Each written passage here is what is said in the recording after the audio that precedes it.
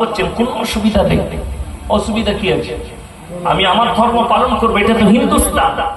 কিন্তু আমি চ্যালেঞ্জ ছুড়ে বললাম, আল্লাহ ব্যতীত মুসলমানের আর কারোর প্রতি আস্থা রাখা যাবে না, বিশ্বাস রাখা যাবে না, রাখা যাবে না।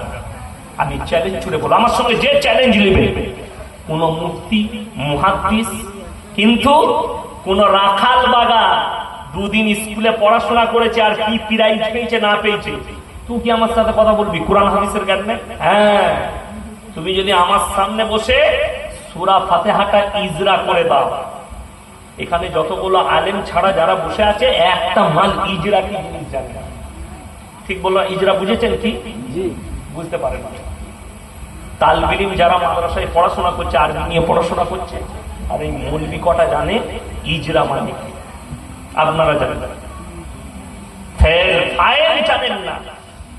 ওই জন্য অনুরোধ করে বলছি, আমার বক্তব্যটা বুঝতে পারবেন না, শেষ প্রান্তরে গিয়ে আপনাকে বুঝাবো আমি কি বলতে চাইছি। আজকে আমার বায়ানের মুদ্দা হচ্ছে এক আল্লাহই বিশ্বাসী, সকলে জন্য বলুন ইনশাআল্লাহ। আর আমাদের সমাজ আমরা পরিবর্তন হব কি করে? কেন? আল্লাহর কসম করে বলছি, মানুষকে আল্লাহ পাঠিয়েছেন বিশেষ করে মুসলমানের উদ্দেশ্য হবে আমি যেন জান্নাত লাভ করতে পারি। ঠিক কি না কথা বলেন? এটা সবারই উদ্দেশ্য কি উদ্দেশ্য নয়? তাহলে উদ্দেশ্য যদি জান্নাতে যাবার হয়, আর আপনি যদি জান্নাতের বিপক্ষ কাজ করেন, যে রাস্তাটা আল্লাহ জাহান্নামের বলেছে সেই রাস্তা যদি আপনি অবলম্বন করেন, জান্নাত পাওয়ার আশা করা যাবে? যাবে না, কখনোই যাবে না।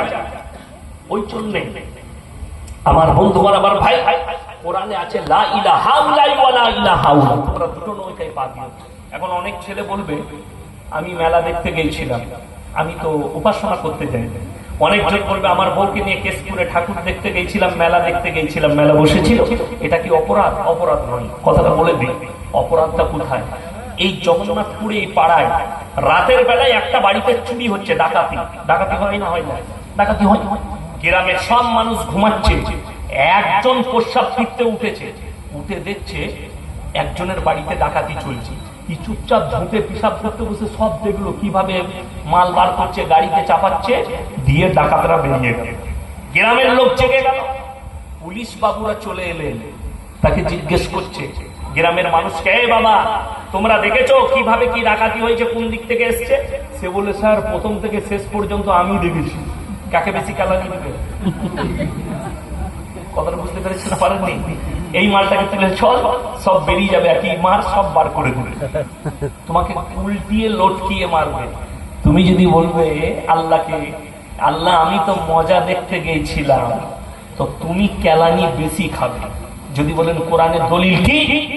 আল্লাহ তাআলা কোরআনে বললেন, যেখানে দেখবে আল্লাহ বিরোধী, শরীয়ত বিরোধী, রাসূল বিরোধী কাজ হচ্ছে, হয় জবানের দ্বারা রুখে দাও, তা না হয় হাতের দ্বারা, তা না হয় সেই জায়গা থেকে ঘৃণা করে সরে চলে এসো। কোরআনে আছে ওয়ালা তাকরাবুজ জিনা ইন্নাহু কানা ফাহিশা ওয়া সাআ সাবিলা। ব্যভিচার করা অনেক দূরের কথা, যে রাস্তায় হয় সেই রাস্তার ধারে পাশে যাতায়াত করবেন। আমার স্ত্রীর একদিন শরীর খারাপ করলে পেটে লাগে, আমি বললাম বর্ধমান চলো ডাক্তারখানা, যেখানে খোঁজবাগানে ডাক্তার, যেখানে চেক আপ করবে, মেশিনে চেক আপ হবে, সেখানে গাড়ি ঢুকবে না, টোটো করে যেতে হবে। টোটোওয়ালা নিয়ে যাচ্ছে, এমন একটা গলি দিয়ে নিয়ে যাবে, সেই গলিটা হচ্ছে দেহ ব্যবসার আড্ডাখানা। আমি তাকে বললাম 1 কিলোমিটার ঘুরো, এইদিকে যেও না। বলছে তাহলে ভাড়া বেশি লাগবে। আমি তোকে 100 টাকা বেশি দেবো আল্লাহর কৃপায়। সে খুশি হয়ে গেছে, 100 টাকা দিবেন? বলে 100 টাকা দেবো, 10 টাকা আবার চা খেতে দেবো, কিন্তু তুই 1 কিলোমিটার ঘুরো টোটোটা, ওই রাস্তায় যাবি না। আমি 1 কিলোমিটার ঘুরে গেছি, কেন? খালি কোরআনের একটা কথার উপরে আমল করার জন্য। আল্লাহ বলেছে ওই রাস্তার ধারে পাশে যাতায়াত করো না। কেন? আমার জন্য ব্যতিক্রমী রাস্তা আছে, আমার একটা রাস্তা যাওয়ার আছে, তাই ওই রাস্তায় যাতায়াত করো না। তাহলে আপনি ভেবে দেখেন, যেখানে আল্লাহ বিরোধী শিরকের কাজ হচ্ছে, আল্লাহ বিরোধী কাজ হচ্ছে, সেখানে আপনি যাবেন কি করে? হ্যাঁ, ওই পদ্মভূষণ না কি ভূষণ পেয়েছে মাতাল, সে বলছে মাজারে সিজদা দেয়, সে সেগুলো নিয়ে বলো। আরে তুই আমার বায়ানি শুনিস না, আমি তো বলেছি মাজারে সিজদা দেওয়া আর ঠাকুরের সামনে সিজদা দেওয়া কোনো পার্থক্য না। আমার ইয়াসিনের ফতোয়ায় কার ফতোয়া কি হতে পারে? চলুন, আমি ইয়াসিন বেঁচে আছি না কথা বলে, কথা যখন বলছি বেঁচে আছি। ইনি যদি আমাকে বলেন হুজুর 100 টাকা দেন, বার করে দিতে পারবো না? পারবো? পারবো। আচ্ছা, আমি যদি মরে যাই দিতে পারবো চাইলে? কথা বলে না পারবো। আমি মারা গেছি, ইনি যদি বলেন হুজুর 100 টাকা দেন, চলে গেছি, দুবো কি করে? ও যদি বার করে নেয় তাহলে পাবে।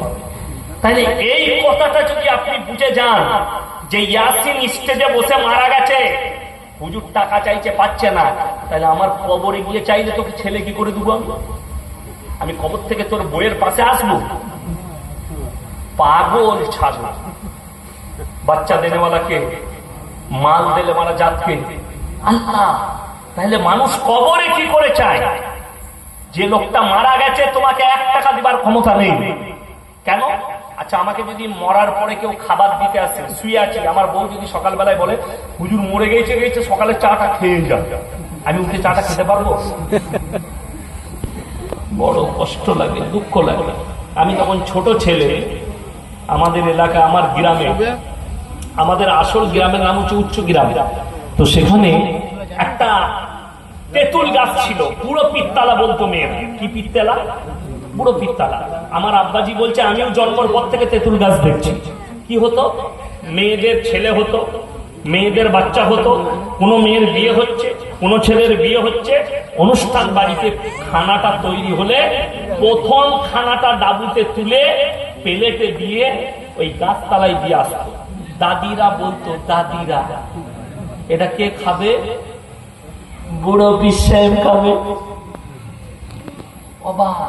আমি তো এখন ভাবছি, আর তখন দেখতাম কি জানেন আশ্চর্যের বিষয়, দিয়ে আসতো ওরা পীর সাহেবকে খাবার লেগে, আর খেতো কুকুরে। কিসে খেত? কুকুরে। তারই খাবার তো ওইটা। সে যখন গাছতলায় দিয়েছে, কুকুর একদম চেটে পুটে খেয়ে দিয়ে চলে গেল থালাটা। থালা বলছে একদম সুন্নত আদায় করে খেয়েছে। আমরা তোর পীর খাইনি, হলে ওই মালটা খেয়েছি।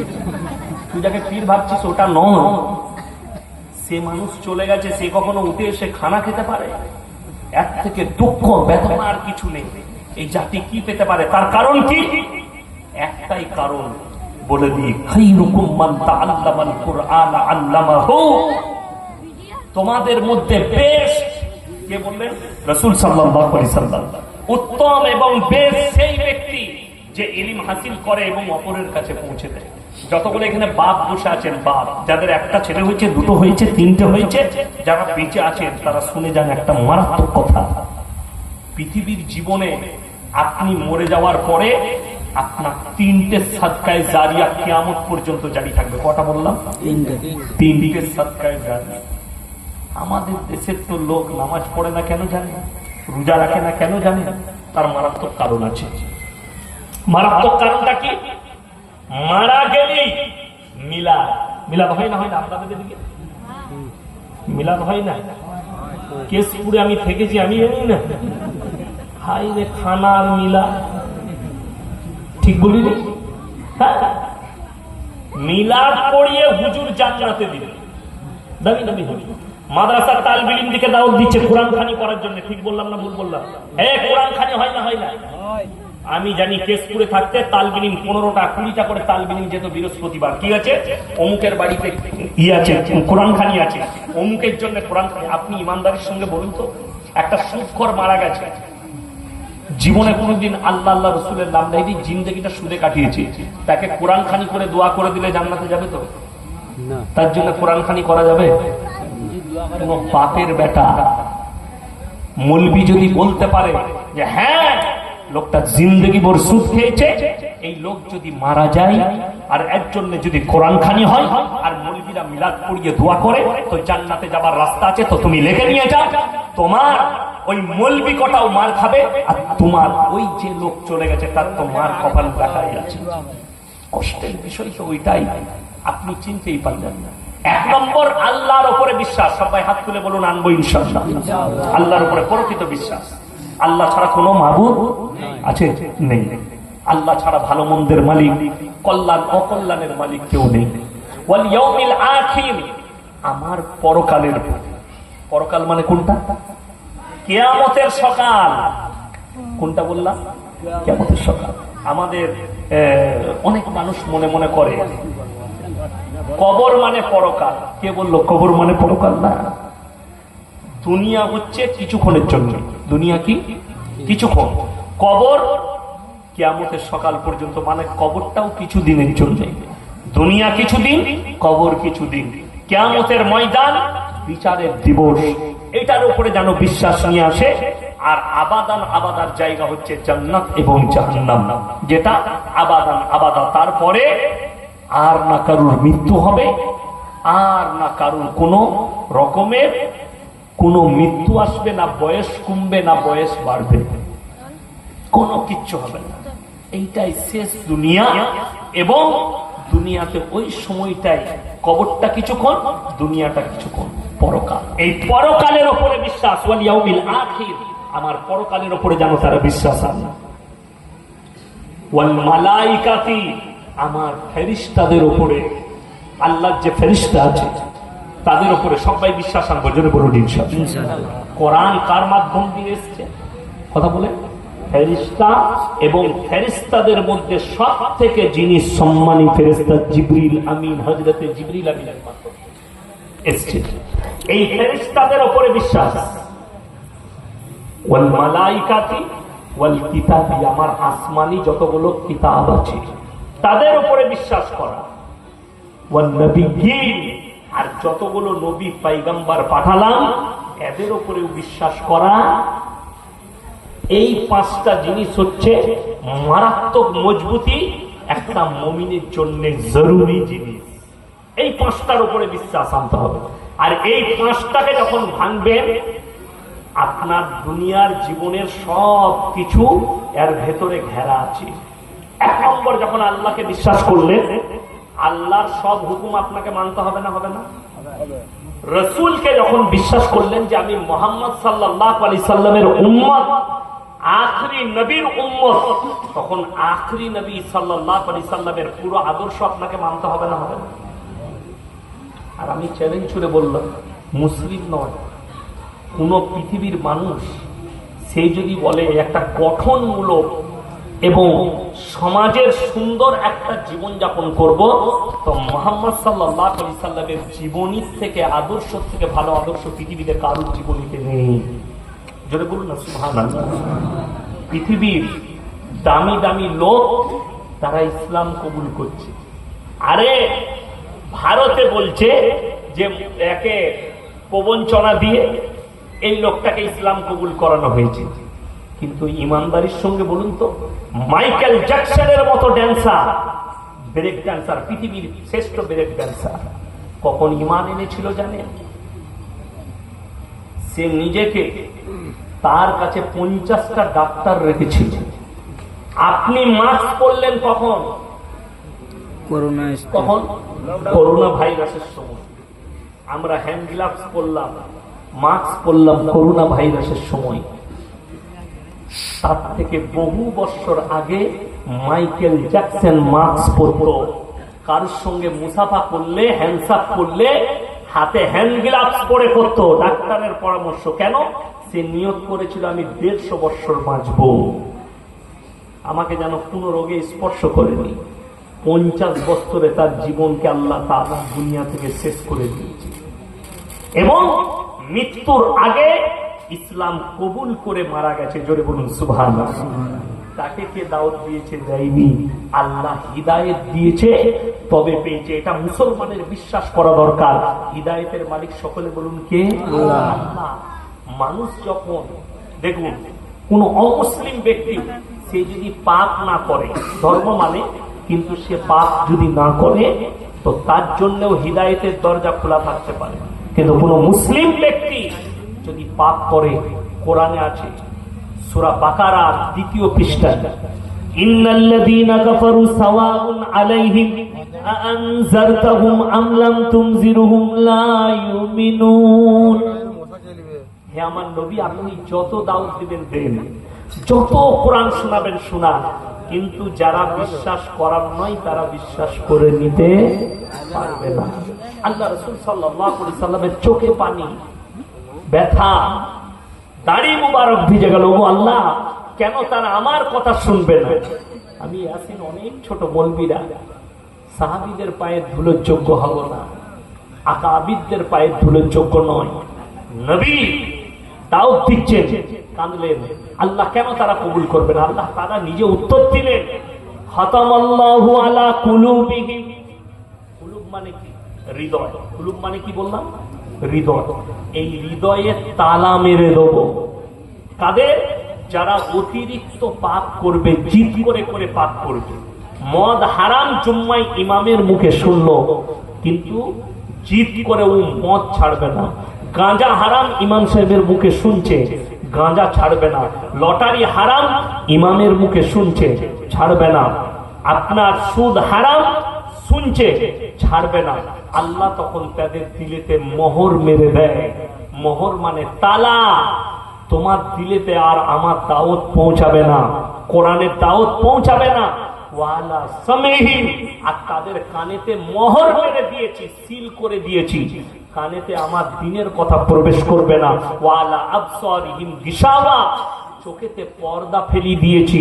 তাদের পর্দা চোখে আড়াল হয়ে যাওয়ার কারণে তারা না দ্বীন বুঝতে পারবে না দুনিয়া, তারা খালি ऐश ও আরামে থাকবে।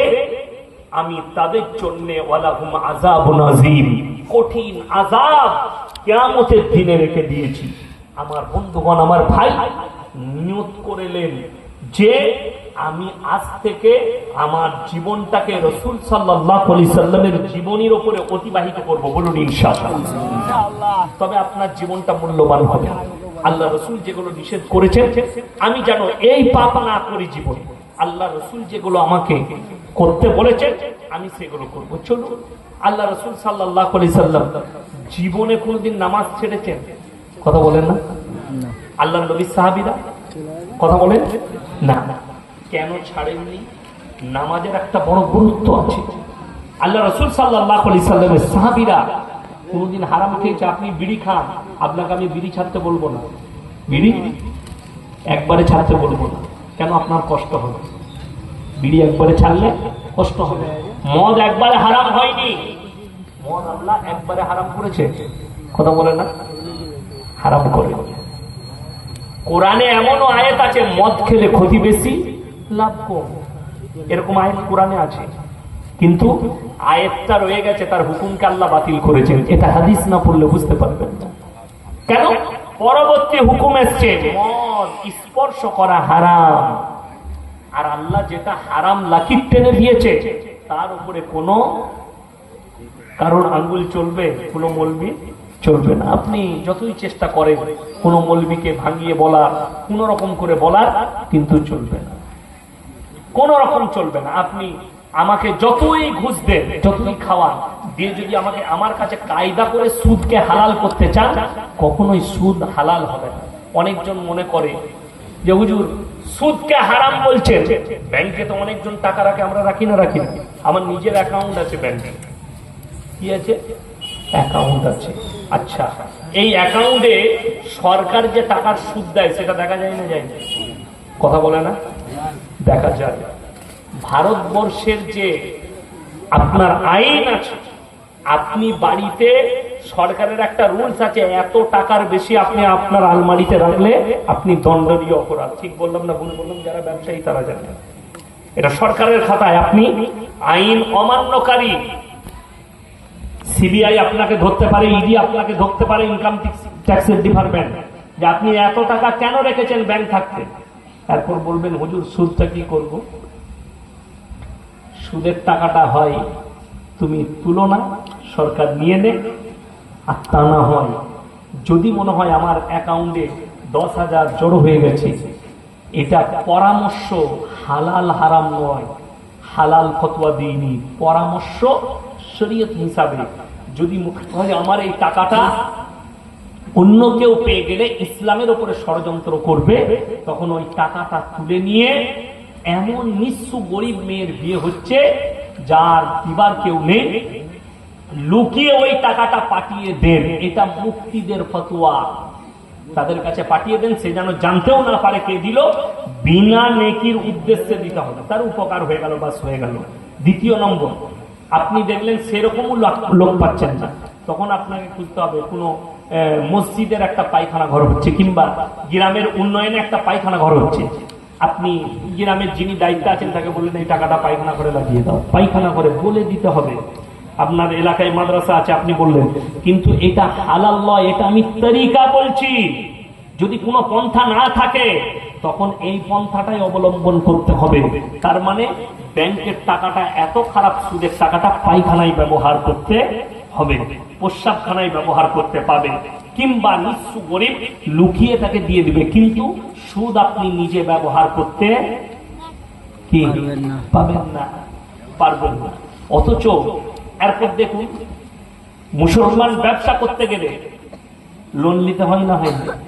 অনেকজন বলে হুজুর লোনটা কি করে হালাল হবে? আচ্ছা বলুন, আমি যে গাড়িটা নিয়ে এসছি গাড়িটার দাম হচ্ছে 26,80,000, নতুন XUV 700। এই গাড়িটা আমি যদি ক্যাশে নিতে চাই আমাকে সরকার ধরবে না? ধরবে কেন? এত টাকা কোথায় পেলেন আপনি?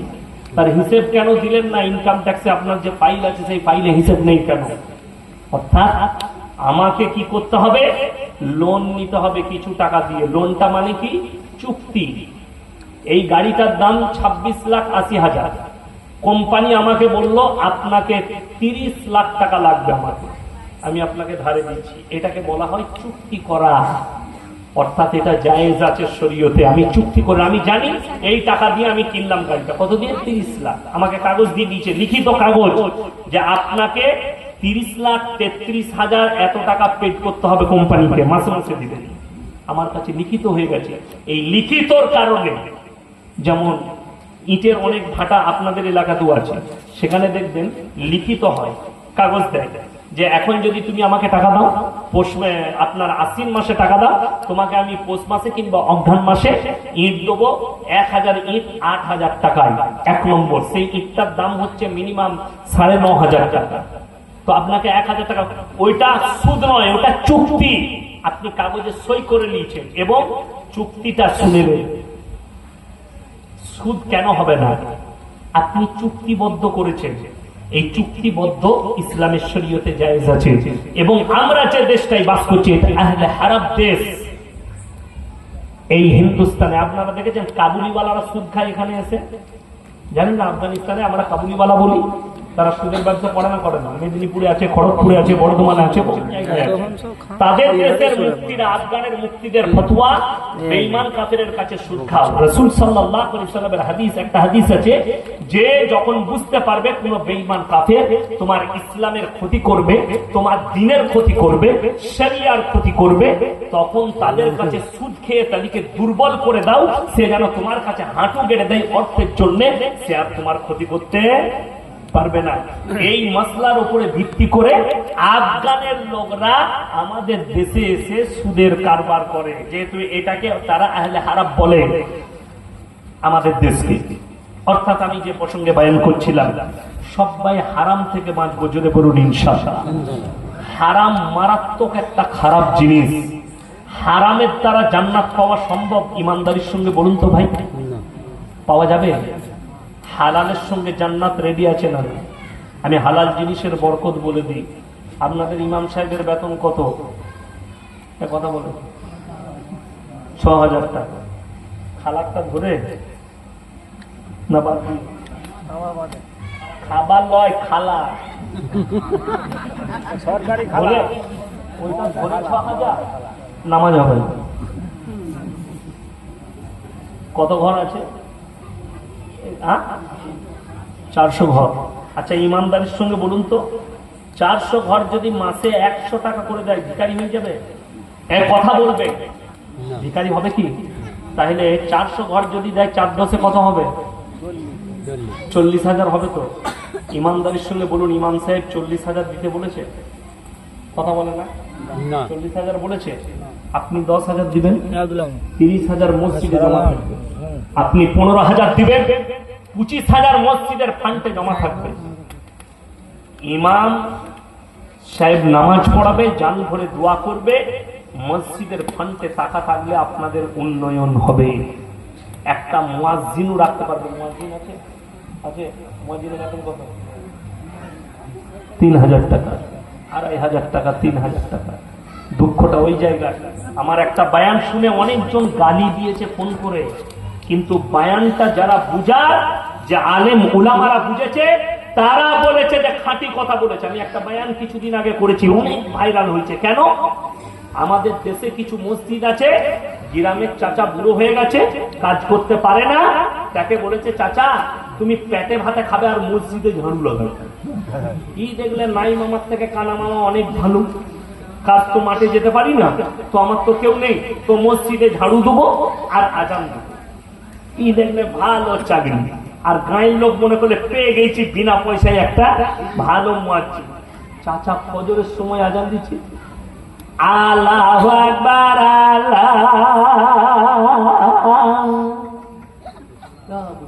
আচ্ছা বলুন এই আজানটা ভালো না আল্লাহু আকবার আল্লাহু আকবার কোনটা ভালো? কোনটা সঠিক মনে হলো? এইটা। তাহলে পয়সা দিয়ে এইটা রাখা ভালো না ওইটা? ফজরের সময় গ্রামের একটা মেয়ের নাম হচ্ছে খয়রুল, কি বলছে আসসালাতু খায়রুন মিনান নাওম। যার নাম খয়রুল সে বলছে আমাকে কি ডাকছিল ফজরের সময়। এই হচ্ছে চাচারা জান। কোনটা? পেটে ভাতে মুয়াজ্জিনে। আর এরা মনে করছে, বিশ্বাস করুন এই আজানটা শোনার পরে একটা অমুসলিম ভাই বলবে এত বিশ্রীটা, আল্লাহর ডাক এত খারাপ, এটা টোল করছে। লখনৌ ইরফানিয়া মাদ্রাসায় যখন পড়তাম, আমি যখন কিরাত করি ইরফানিয়ায়, 500টা ছেলেকে লাইনে দাঁড় করিয়ে একে একে আজান শুনেছে। প্রথম 1 সপ্তাহ খালি আজান শোনা হয়েছে, তারপরে সিলেক্ট করা হয়েছে। আমি যে বছরে কিরাত করি ইরফানিয়ায়, ধুলিয়ানের ইসলামপুর মার্কাজের কাছে একটা ছেলে চান্স পেয়েছিল, মারাত্মক আজান। তো সে যখন আজান দিত, যারা রিস্কায় যেত তারা দাঁড়িয়ে যেত, যে লোক পায়ে হেঁটে দাঁড়িয়ে যেত। অনেক অমুসলিম ভাই, আরে यार क्या আজান है, क्या पुकार है, তারা দিল তর হয়ে যেত। আর ভোরের বেলায় চাচা আজান দিচ্ছে, অনেক লোক বিরক্ত হচ্ছে। কেন? এটা পেটে ভাতে। আর আপনি যদি একটা 10,000 টাকা দিয়ে, 5,000 টাকা দিয়ে, 6,000 টাকা দিয়ে একটা হাফিজে কোরআনকে রাখতেন, একটা এতিমের ছেলে মাদ্রাসা তালবিলিম মাদ্রাসায় পড়া মৌলবীকে রাখতেন পয়সা দিয়ে, তার দ্বারা দুটো কাজ মারাত্মক হতো। একটা ইমামের ছুটি, মুয়াজ্জিন নামাজ পড়াবে। কেন? মুয়াজ্জিন আমাদের হাফেজ সাহেব। ঠিক বললাম না ভুল বললাম? ইমাম সাহেব চলে গেলে কে নামাজ পড়াচ্ছে? পেটে ভাতে মুয়াজ্জিন নামাজ পড়াচ্ছে, যার পিছনে নামাজ দূর খায়। চ্যালেঞ্জ দিয়ে বললাম, চ্যালেঞ্জ দিয়ে বললাম। এরপর এইটা যদি আপনি কেশপুর এলাকার ছড়ান, যে ইয়াসিন ভাই কালকে বলে গেছে, বহু সাধারণ লোক গাল দেবে। কারা? যারা বেতন দেওয়ার বিপক্ষে। আপনার ঘরে একটা মুনিশ আছে, তাকে 300 টাকা না হলে সে আপনার বাড়িতে কাজ করবে না। ঠিক বললাম না ভুল বললাম? এখন মুনিশদের বিরাট পাওয়ার, ঠিক কি না? আমার এক জায়গায় কাজ চলছে, আজকে বলছে না 350 টাকা না দিলে, 400 টাকা না দিলে লিভার যাবে না। আমরা এসো কি বলবো, এখন আমরা দায়ে পড়ে গেছি, কাজ করতে হবে, কাজ করো। কেন দায়ে পড়ে? 450 টাকা লাগবে লিভার।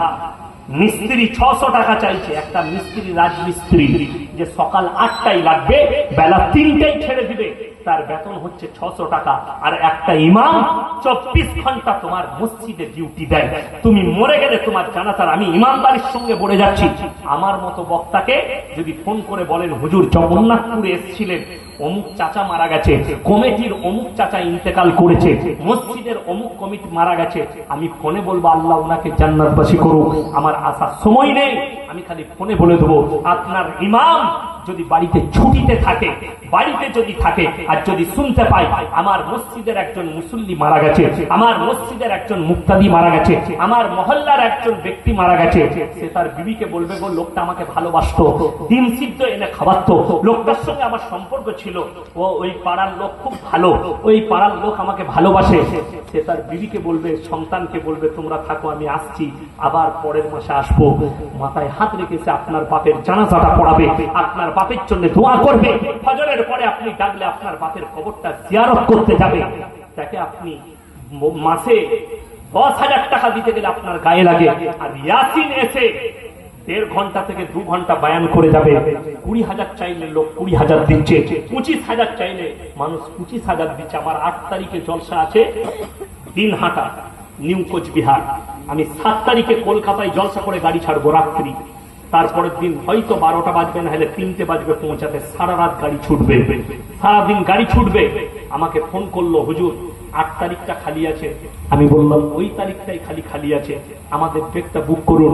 আমি বললাম বুক ওই রকম হবে না, আমাকে 45,000 টাকা অ্যাকাউন্টে পাঠাতে হবে।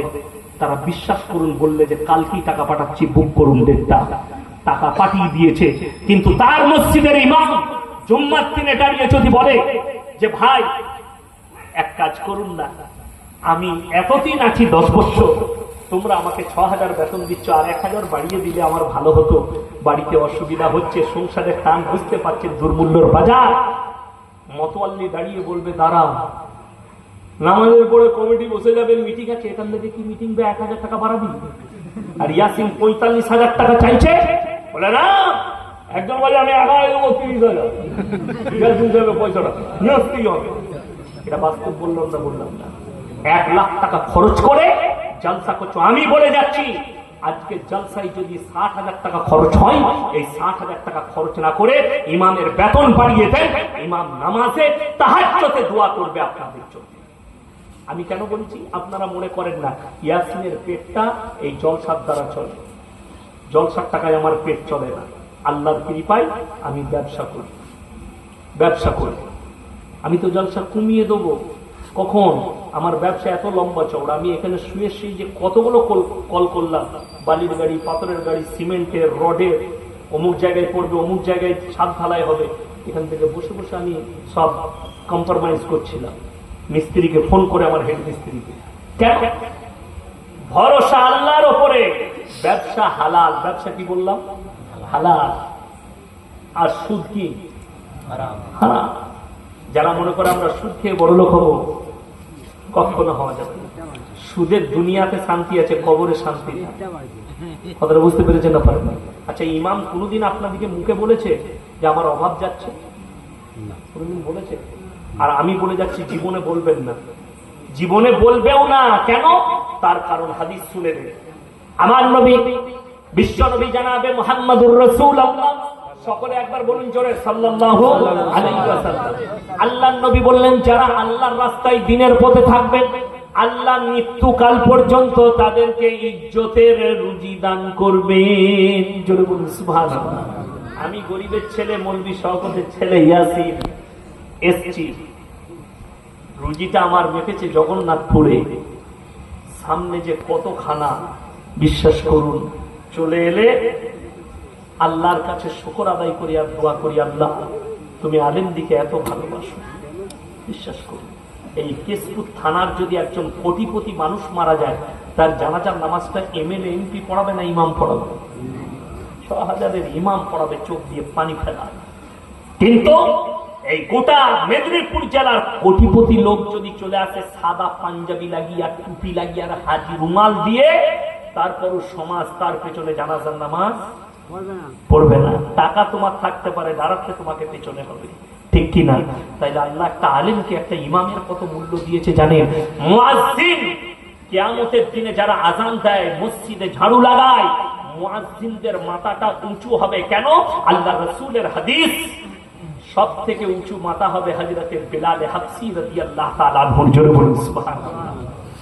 ওই জন্য সুযোগ পেলে মসজিদে একবার ঝাড়ু দেন, গলাটা যুবকরা খাঙাড়ে লাও, আজান শিখে লাও, একবার আজানটা দাও জীবনে, খালি এই নিয়তে, আল্লাহ আমি একদিন ফজরে আজান দিয়েছি, আমাকে মৃত্যুর পরে হযরতে বেলাল হাবশির সঙ্গে আমাকে তুলো দাঁড় করাও। এই নিয়তে আমি মাঝে মাঝে, আমি যখন গুজরাটে পড়াশোনা করতাম কাফলে তাই মরহুম কারি ইসমাইল বিসমিল্লাহ রহমতুল্লাহ আলাইহি ওনার মাদ্রাসায়, তখন আমার দুটো কাজ ছিল মারাত্মক। একটা হচ্ছে জোহরের আগে গোসল করে গিয়ে জোহরের আগে মসজিদে ঝাড়ু লাগানো, দ্বিতীয় নম্বর আজান দেওয়া। যে ওয়াক্তে সুযোগ পেতাম আজান দেওয়া। উদ্দেশ্য কি ছিল জানেন?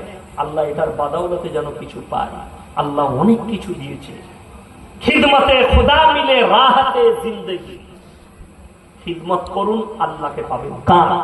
বড়দের খিদমত, ছোটদের স্নেহ, যেটা সমাজ থেকে শেষ হয়ে গেছে। আজকে আপনাকে অবাক হওয়ার তথ্য দিয়ে যাচ্ছি, হাজার হাজার শিক্ষিত লোকের বাবা মা বৃদ্ধ বৃদ্ধা আশ্রমে আছে।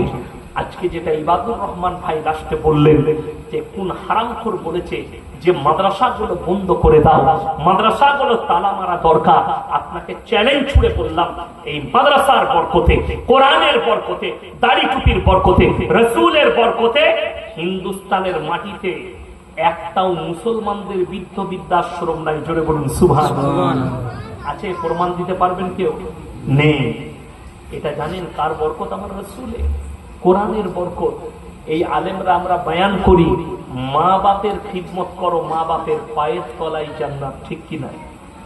এইখানে কয়েকটা কথা আমরা জলসায় গেলেই লোকে কি বলে জানেন? বিশেষ করে বয়স্ক মানুষরা এখন কিন্তু আক্রান্ত ছেলে বৌমার কাছ থেকে। ঠিক বললাম না ভুল বললাম? ছেলে বৌমার কাছ থেকে। এখনকার যারা আমার বাবার বয়সী আছেন তারা রাগ করবেন না, আপনারা দেখছেন আর হায়রান হচ্ছেন, হাই রে কি যুগ এলো, এরা তো মোবাইল ছাড়া থাকেই না। ঠিক বলিনি? কিন্তু আমি যখন ছোট ছিলাম, মাদ্রাসায় পড়তাম, আমার দাদাজি গিয়ে যখন যেতেন আমাদের বাড়িতে, তো আমার পাশেই মাদ্রাসায় শুতেন। আর সারা রাত না দাদুকে খালি বলতাম, দাদু একটা গল্প শোনাও। দাদু গল্প শোনাতো। কি বুঝলেন? আমার দাদুর একটা কথা মনে আছে, আমি 3 মাস আমার দাদুর পায়খানা ফেলেছি। দাদু খুব দোয়া দিয়েছেন আমার। দাদুর পা ভেঙেছিল, আমি ভাঁড়েতে পায়খানা করতেন আর আমি ডিবিসিতে নিয়ে গিয়ে ফজরের পরে ফেলতাম মাদ্রাসা থেকে এসে। আর আমার দাদু পয়সা চাইতো, শওকত আমাকে 50 টাকা দিয়ে যা। আমার আব্বাকে বলতো, শওকত 50 টাকা দিয়ে। সেই টাকাটা আমাকে দিত, বিকালবেলায় মিষ্টি খাবি। খুব দোয়া দিয়েছেন এই দাদু। একটা গল্প শুনাইছে, আমার এখনো মনে আছে। আজকের কীর্তন যেমন তেমন, কীর্তন হবে কাল। কেউ কি করবে টানাটানি, কেউ কি জুড়বে মা। মারাত্মক কথা। এ কথা এখনকার যুগের মানুষদের মুখে পাবেন না। সেই লোক যে কত সৎ ছিল, সেই লোক যে কত ইমানদার ছিল। আমার যারা বাপের বয়সী লোক আছে ওনারা জানে ওনাদের বাপরা কতটা ইমানদার ছিল। আজকে বলুন, নামাজ পড়ে ভাইয়ের সাথে কথা নেই। রাসূলের হাদিস কত সত্য হচ্ছে জানেন? কিয়ামতের পূর্বে পর আপন হবে আর আপন পর হয়ে যাবে। আজকে ভাই ভাইয়ের দুশ্মন, কিন্তু বন্ধু তার আপন। ঠিক বললাম না ভুল বললাম? আপনি খালি হিসেব করে নেন, এটা কিয়ামতের আলামত। ভাই ভাইয়ে কথা নেই, মা বেটায় কথা নেই, যায় যায় কথা নাই, ভাই বোনে কথা নেই। কথা আছে কার সাথে? বোন তৈরি করেছে, সে বোন আলাদা। সেই বোন, তার সাথে কোনো জন্মসূত্রের সম্পর্ক নেই, কিন্তু বোনটা তৈরি হওয়া বোন, তার সাথে যে সম্পর্ক, নিজের বোনের সাথে সেই সম্পর্ক নেই। বাপ আজকে অত্যাচারিত ছেলের কাছ থেকে, অথচ কোরআনে আছে ইম্মা ইয়াবলুগান্না ইনদাকাল কিবার আহাদুহুমা কিলাহুমা ফালা তাকুল লাহুমা উফিন ওয়ালা তানহারহুমা ওয়া কুল লাহুমা কাওলান কারীমা। তোমাদের মা বাবা যখন বৃদ্ধকালে বৃদ্ধাক্যে যাবে, তাদের খিদমত করার জন্য উফ শব্দটুকু ব্যবহার করো না। দেখবেন বাপ 5টা বেটা মানুষ করেছে। আচ্ছা বলুন তো, কোন বাপ কোনদিন বলেছে আহ উফ 5টা ছেলে মানুষ থেকে চলে গেল, এরকম বলে কোনো বাপ? জীবনে বলে না। কি বলে আমার আব্দুর রহমান, আব্দুল সত্তার, তুমি মনে করে দেখো, তুমি ছোট ছিলে, তোমার বাপ ভোরের বেলায় উঠে কেশপুর বাজারে সবজি বিক্রি করতে গেছে। সবজি বিক্রি শেষ হয়েছে সকাল 8টায়, মনে করেছে একটু জিলেবি আর মুড়ি কিনে খাবো।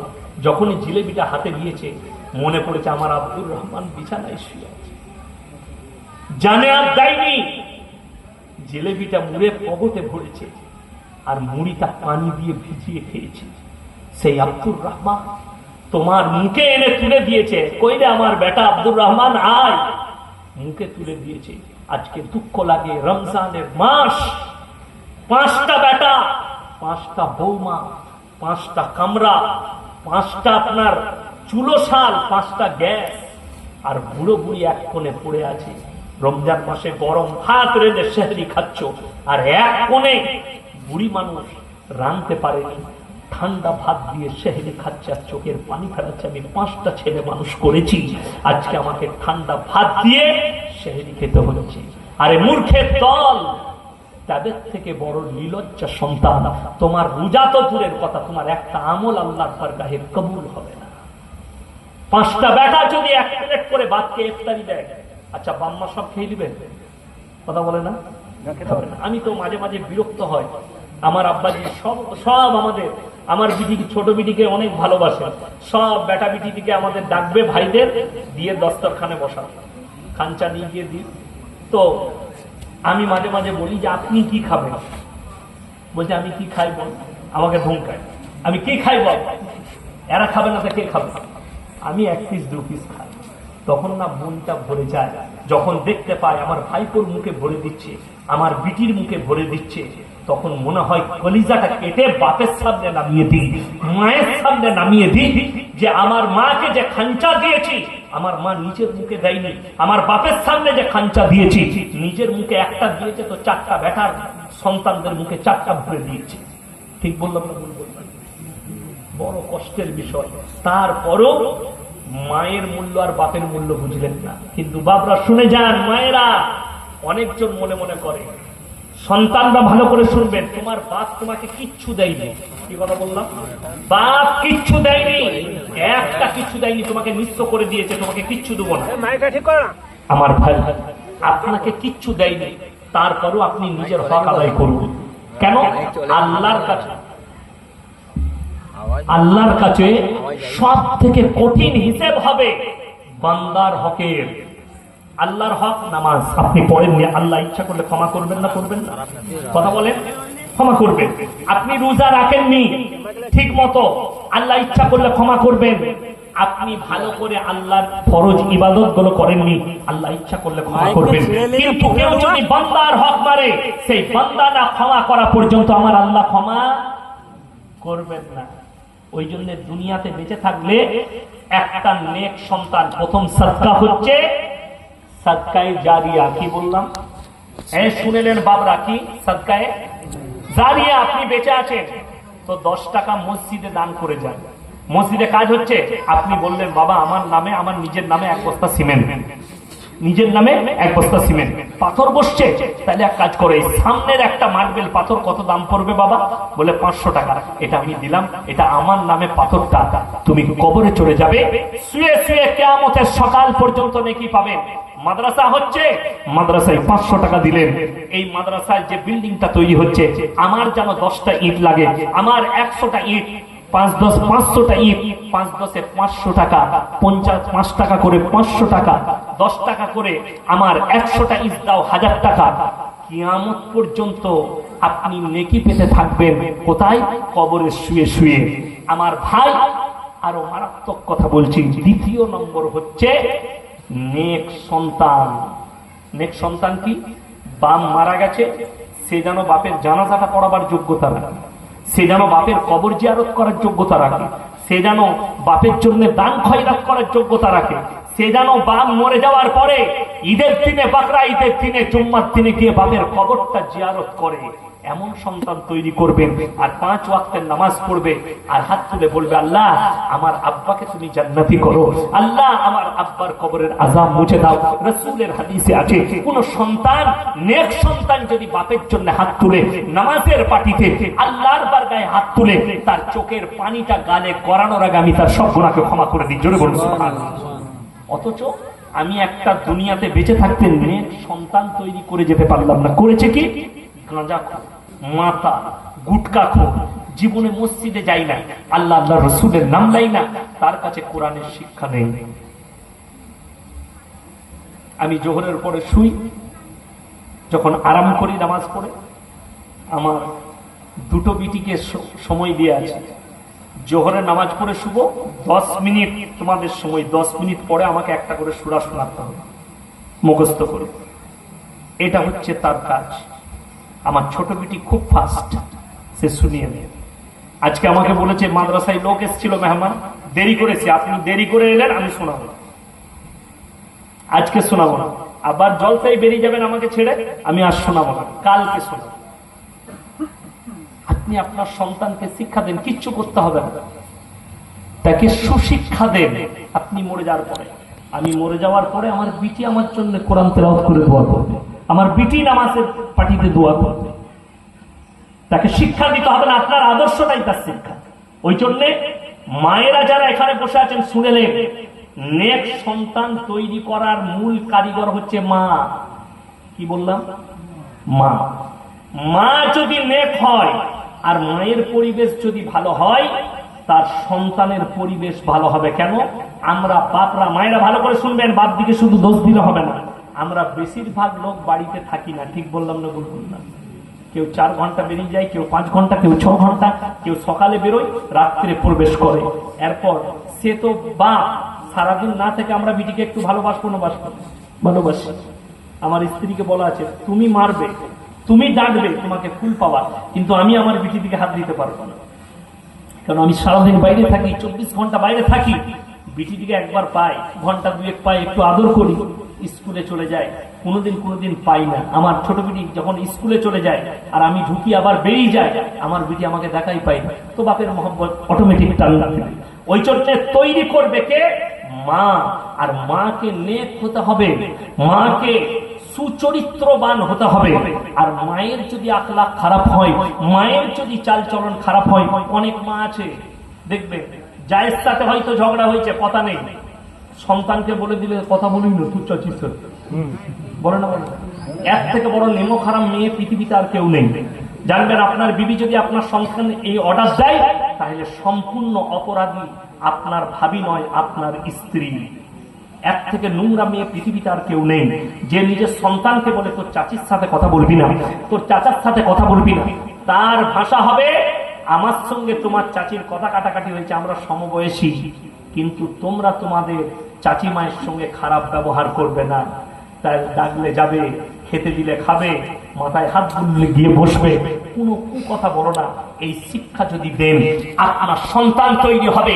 আপনার সন্তান যদি কারোর বাড়িতে বউ হয়ে যায়, সেও তার ওই আখলাকটা থেকে যাবে এবং সেই বাড়ি সুখী হবে, সেই পরিবার, সেই দাম্পত্য জীবন সুখী হবে। আর আপনি যদি আপনার, আজকে বহু মহিলা, বহু মেয়ে ঘর সংসার ভেঙে যাচ্ছে তার মায়ের কুপরামর্শের কারণে। কুপরামর্শ ফোনেতে দেয়, মুখেতে বলে দেয়, এ কাজ করো না। অবাক লাগে, দেখবেন অনেক মেয়ে আছে বাপের বাড়ি আসে, আসে না, আসে কথা বলে, বাপের বাড়ি আসে, দিয়ে ভাবি দিকে বলে, ভাবি মায়ের খেয়াল নেবে, বাপের খেয়াল রাখবে, বাপের শরীরটা খারাপ। আর ও যখন শ্বশুর ঘরে যাচ্ছে, তখন মা বলে দিচ্ছে, তো শাশুড়িকে মুঠি ভাত দিবি নি, ও একদম ভালো নয়। কথাটা বুঝতে পেরেছেন? আমি হক বলছি না হক বলছি? আমি এটা হক কথা বলছি। এই মেয়ের দ্বারা কখনো সুখী সংসার হতে পারে না। মায়ের উচিত, যেমন তুমি আমাকে অর্ডার দিচ্ছ আমার বৌমা দিকে যে মায়ের খেয়াল রাখবে, তুমি এই আমলটা করো, তোমার ঘরটা আমার থেকে বেশি সুখী হবে। তুমি গিয়ে তোমার শাশুড়িকে মা বলবে। কিন্তু দুঃখের বিষয়, শুনে রেখে দেন, যারা বাবা আছেন, 3টে ছেলে, আপনার ছেলে আপনাকে দেখেনি, আপনার ছেলে আপনার খোঁজ রাখে না, আপনার ছেলে সম্পর্ক রাখেনি, তার জন্য আপনি তাকে সম্পত্তি থেকে বঞ্চিত করেছেন। আপনাকে আল্লাহর কাছে হিসেব দিতে হবে। কেন? আপনিও তার হক মেরেছেন। সে যদি আপনার হক মেরেছে, তার হিসাবও আল্লাহ নেবে, আর তার হক আপনি মেরেছেন, তার হিসাবও আল্লাহ নেবে। বেটা একটু বদমাস, বেটার সাথে একটু বানাবুনি হয়নি, একটা বিটি আছে, রেগে বিটির নামে সব লিখে দিল, যা চলবে, আমি না তোর ঘরে থাকবো না। এই বাম্মা জান্নাত পাওয়া কঠিন হয়ে যাবে। যদি তাহাজ্জুদ পূজার হয়, তারপরও ফিরে যাবে। আমি চ্যালেঞ্জ দিলাম, সকালবেলায় গিয়ে মুফতির কাছে ফতোয়া দিবেন। ইয়াসিন ভাই বলে গেছে, আমার বেটার সাথে আমার ঝগড়া হয়েছে, আমি বিটিকে সমস্ত সম্পত্তি লিখে দিয়েছি, বেটাকে বঞ্চিত করে বাইরে বার করে দিয়েছি, সে নিজে খাটে আর খায়, তাকে কিচ্ছু দেয়নি, আমি জান্নাতের কোন দরজাটা পাবো? তিনি বলবেন জান্নাত নয়, জাহান্নামের অমুক দরজাটা তুমি পাবে। চ্যালেঞ্জ দিলাম। ওই জন্য হক কেউ কারুর মারবেন না, জোরে বলুন ইনশাআল্লাহ। আল্লাহ হকের হিসাব করবেন। বাপের সঙ্গে সৎ ব্যবহার, এই জন্যে নেক সন্তান করুন যে আপনার খিদমত করবেন। আমার আব্বাজির নামে এক কাটা জায়গা নাই, কি বললাম, কি নাই, এক কাটা জায়গা নেই। তো আমার সম্পর্কে পবিত্র ভাই হয়, সে আমার আব্বাকে বলছে, মামা তোমার নামে কিছু নেই, তোমার ভয় হয় না যে তোমার ছেলেরা খেতে দিবে না? তো আমার আব্বা বললে, এই নেমো খারাপ, এই গাড়িটা যেটা চাপছি এটা কার গাড়ি? আমার বেটা ইয়াসিন কিনে দিয়েছে। বুক চাপড়ে বলে, হ্যাঁ ইয়াসিন কিনে দিয়েছে আমাকে গাড়িটা। আমার যা কিছু হয় ইয়াসিন আমার সন্তান না, আমার ভয় নাই, আমি আল্লাহর উপরে ভরসা রাখি, রুজির মালিক আল্লাহ। আর নেক সন্তান করেছি যখন, আর কোনো ভয় আমার নেই। নেক সন্তান বাপের গর্বে বুকটা ভরে যাবে, মরে যাওয়ার পরেও সে শান্তি পাবে যে আমি দুনিয়াতে নেক সন্তান রেখে দিয়েছি, আর আমার কবর এসে জিয়ারত করে, আমার জন্য দান খয়রাত করে। ওই জন্য সবাই চিন্তা করুন, যাদের বাচ্চা আছে নেক সন্তান তৈরি করবো, জোরে বলুন ইনশাআল্লাহ। তার মানে হাতে জালেম নয়। অনেকদিন মনে করবেন হুজুর তার মানে মলবি করতে বলছেন, না, মলবি করার কথা বলিনি। আপনার ছেলে ডাক্তার হোক, মাস্টার হোক, প্রফেসর হোক, ইঞ্জিনিয়ার হোক, সে যেই হোক, তাকে কি করবেন? নেক করবেন। শুনে রে, ডাক্তার, মাস্টার, প্রফেসর, ইঞ্জিনিয়ার সব করে দেন, সে যেন দিনের ওপরে প্রতিষ্ঠিত হয়। সকলে জোরে বলুন ইনশাআল্লাহ। আমি তো অনেক জলসাই বলেছি, আজকে আল আমিন মিশন আসার পরে আমরা আমাদের মুসলিম ছেলেদিকে নামাজি ডাক্তার দেখতে পেলাম, দাড়িওয়ালা ডাক্তার দেখতে পেলাম, দাড়িওয়ালা মাস্টার দেখতে পেলাম, দাড়িওয়ালা আপনার প্রফেসর দেখতে পেলাম, দাড়িওয়ালা ইঞ্জিনিয়ার দেখতে পেলাম, দাড়িওয়ালা আপনার সায়েন্সের মাস্টার দেখতে পেলাম, দাড়িওয়ালা আমরা সায়েন্টিস্ট দেখতে পেলাম। এই আলামিন মিশন যে অবদান দিয়েছে শিক্ষার দিকে, আপনার ছেলেকে অনেকজন মনে করে আলামিন মিশনে এত টাকা লাগছে।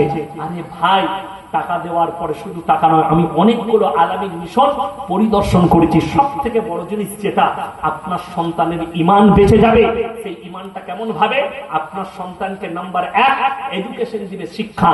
নাম্বার 2 যেটা মারাত্মক ঈমানের অংশ, তাকে নামাজ এবং কোরআনের শিক্ষা দেওয়া হয় আলামিন মিশনে। জোরে বলুন সুবহানাল্লাহ।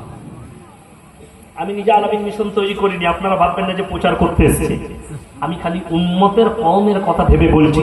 আমাদের সন্তানের এই ছেলে যদি ডাক্তার হয়, আর এই ছেলে যদি ইমানদার হয়, এর যদি মুখে দাড়ি থাকে, এই যদি নামাজি হয়, এই যদি দিনদার হয়, বাপের জন্য দোয়া করতে পারবে না? পারবে, পারবে। যেহেতু এডুকেশন যখন আছে, কোরআন যখন পেটে আছে, নামাজি যখন, দিনদার যখন, জানবেন এই সন্তান বাপের জন্য দানও করবে, সাদকায়ে। তৃতীয় নম্বর সাদকায়ে জারিয়াটা মারাত্মক। খায়রুকুম মান তাআল্লামাল কুরআন আল্লামাহু, রাসূল সাল্লাল্লাহু আলাইহি সাল্লামের হাদিস, তোমাদের মধ্যে পৃথিবীর মধ্যে শ্রেষ্ঠ ব্যক্তি সে যে নিজে ইলম হাসিল করে এবং অপরের কাছে পৌঁছে দেয়। চলে বলুন সুবহানাল্লাহ। আমি ইয়াসিন বলে গেলাম সুদ খাওয়া হারাম, এটা আপনি কালকে আপনার বন্ধুর কাছে পৌঁছে দিলেন যে আসতে পারেনি। আমি বলে গেলাম কোরআন তেলাওয়াত করবেন, 5 ওয়াক্তের নামাজ পড়বেন, এটা আপনি পৌঁছে দিলেন। আপনি পৌঁছে দিলেন, সেই নেকিটা আপনি পেলেন, এবং আমি দুজনের নেকিটা আমি পেলাম। আমি মরে যাব, আমার মুখের ভাষা যতটা ছুটবে, আমি মৃত্যু কিয়ামতের সকাল পর্যন্ত নেকি পেতে থাকবো। আমি একটা কিতাব লিখলাম, সেই কিতাবটা সমাজের বুকে প্রচার হলো, যতগুলো মানুষ ইসলামের দিকে এলো, উপকৃত হলো, সেই কিতাবের যত সাদকায়ে জারিয়া আছে, আমি কিয়ামত পর্যন্ত শুয়ে শুয়ে নেকি পাবো। আপনি যে ইলম হাসিল করলেন, যেটা ছড়ালেন, আপনি যদি আলিফটা জানেন, আলিফটা শিখিয়ে দেন। আপনি যদি জানেন উজুর ফরজটা জানেন, আপনার পরিবারকে, আপনার বন্ধুকে উজুর ফরজ শিখিয়ে দেন, গোসলের ফরজ শিখিয়ে দেন। আমি শুনে এসেছি এই জিনিসটা হারাম, এটা করবিনি। তাস খেলা হারাম, আপনি বললেন, আপনি আরে অবাক হবেন, মুসলিম যুবক কবরস্থানে গিয়ে তাস খেলাচ্ছে জানেন। আমাকে একজন অভিযোগ করলো, হুজুর এই ছেলেগুলোকে আমার এলাকায় একবার ডেকে আপনি বলুন না, এরা কবরস্থানের কবর পাড়ে জুম্মার দিনে গিয়ে বসে তাস খেলাচ্ছে। কবর পাড়ে, এখানে কবরস্থান আছে। কবরস্থান পবিত্র জায়গা না অপবিত্র? পবিত্র। এটা কোনো অমুসলিমের কাজ নয়। অমুসলিম ভাই আপনার কবরস্থানের ধারে পাশেও যাবে না, অথচ মুসলিমরা দেখে চোখে যে এরা কবরস্থানে তাস খেলাচ্ছে, প্রতিবাদ করে না। দুঃখটা কোথায় জানেন? আমাদের পশ্চিম বাংলার কোন এক এলাকার ঘটনা, কোন এক জেলার একটা সাঁওতালদের ছেলে, আদিবাসীদের ছেলে, বেচারা গরু চড়াতে চড়াতে তার গরুগুলো, এবং সে জানে না কবরস্থানে চেপে গেছে, কিলাবে বেঁধে তার বিচার করেছে। আপনি বলুন, সে একটা ইসলামিক ছেলে, তার কাছে ইসলামের কোনো জ্ঞান নেই, অন্য ধর্মের বাচ্চা ছেলে, মাসুম ছেলে, তার বিচার ডেকেছে, তার পরিবারকে ডেকে অন্যায় স্বীকার করিয়েছে।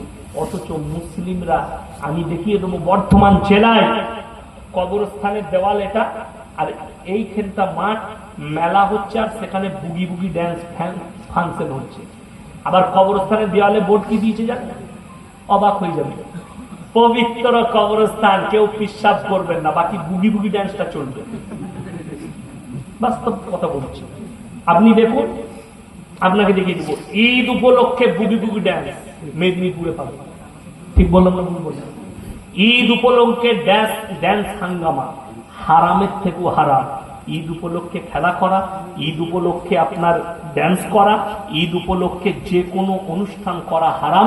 একমাত্র যে অনুষ্ঠানটার দ্বারা ইসলামের লাভ হবে, ইসলামের ক্ষতি হবে না, ইসলামের ফায়দা হবে, সেই অনুষ্ঠান। আপনি মসজিদে কিছু লোককে জড়ো করে ইমামকে বললেন একটু নসিহত করুন, নেকি আছে, আছে মানুষ কোরআন হাদিসের কথা শুনবে, জায়েজ আছে। কিন্তু যেমন আমাদের জলসা আপনারা ইউটিউবে দেখছেন না, দেখেন, আমাকে তো ইউটিউব থেকেই চিনেছেন। ঠিক বললাম না ভুল বললাম? ইউটিউব ফেসবুকে আমাকে দেখেছেন। এরপর আপনার প্রশ্ন হবে, ক্যামেরা করা কি ফালতু ফালতু ক্যামেরা করা কি? কালকে একটা বাচ্চা ছেলে, মানে তার আব্বা আমাদের মাদ্রাসায় বাবুর্চি ছিল, আমি তখন ছোট ছেলে, আব্দুল্লাহ ভাই নাম ছিল, মারা গেছে, মুসলিম ছিলেন। তার মেয়ে দেখা করতে এসছে, বাচ্চা ছিল তখন, এখন বিয়ে শাদী হয়েছে, আমার সঙ্গে দেখা করতে এসছে তার বাচ্চা দিয়ে। তো আমার স্ত্রী বলল ওরা এসছে, আমি ভেতরে ঢাকো, আমি বাড়িতে ছিলাম, ডেকে নিয়ে এসো।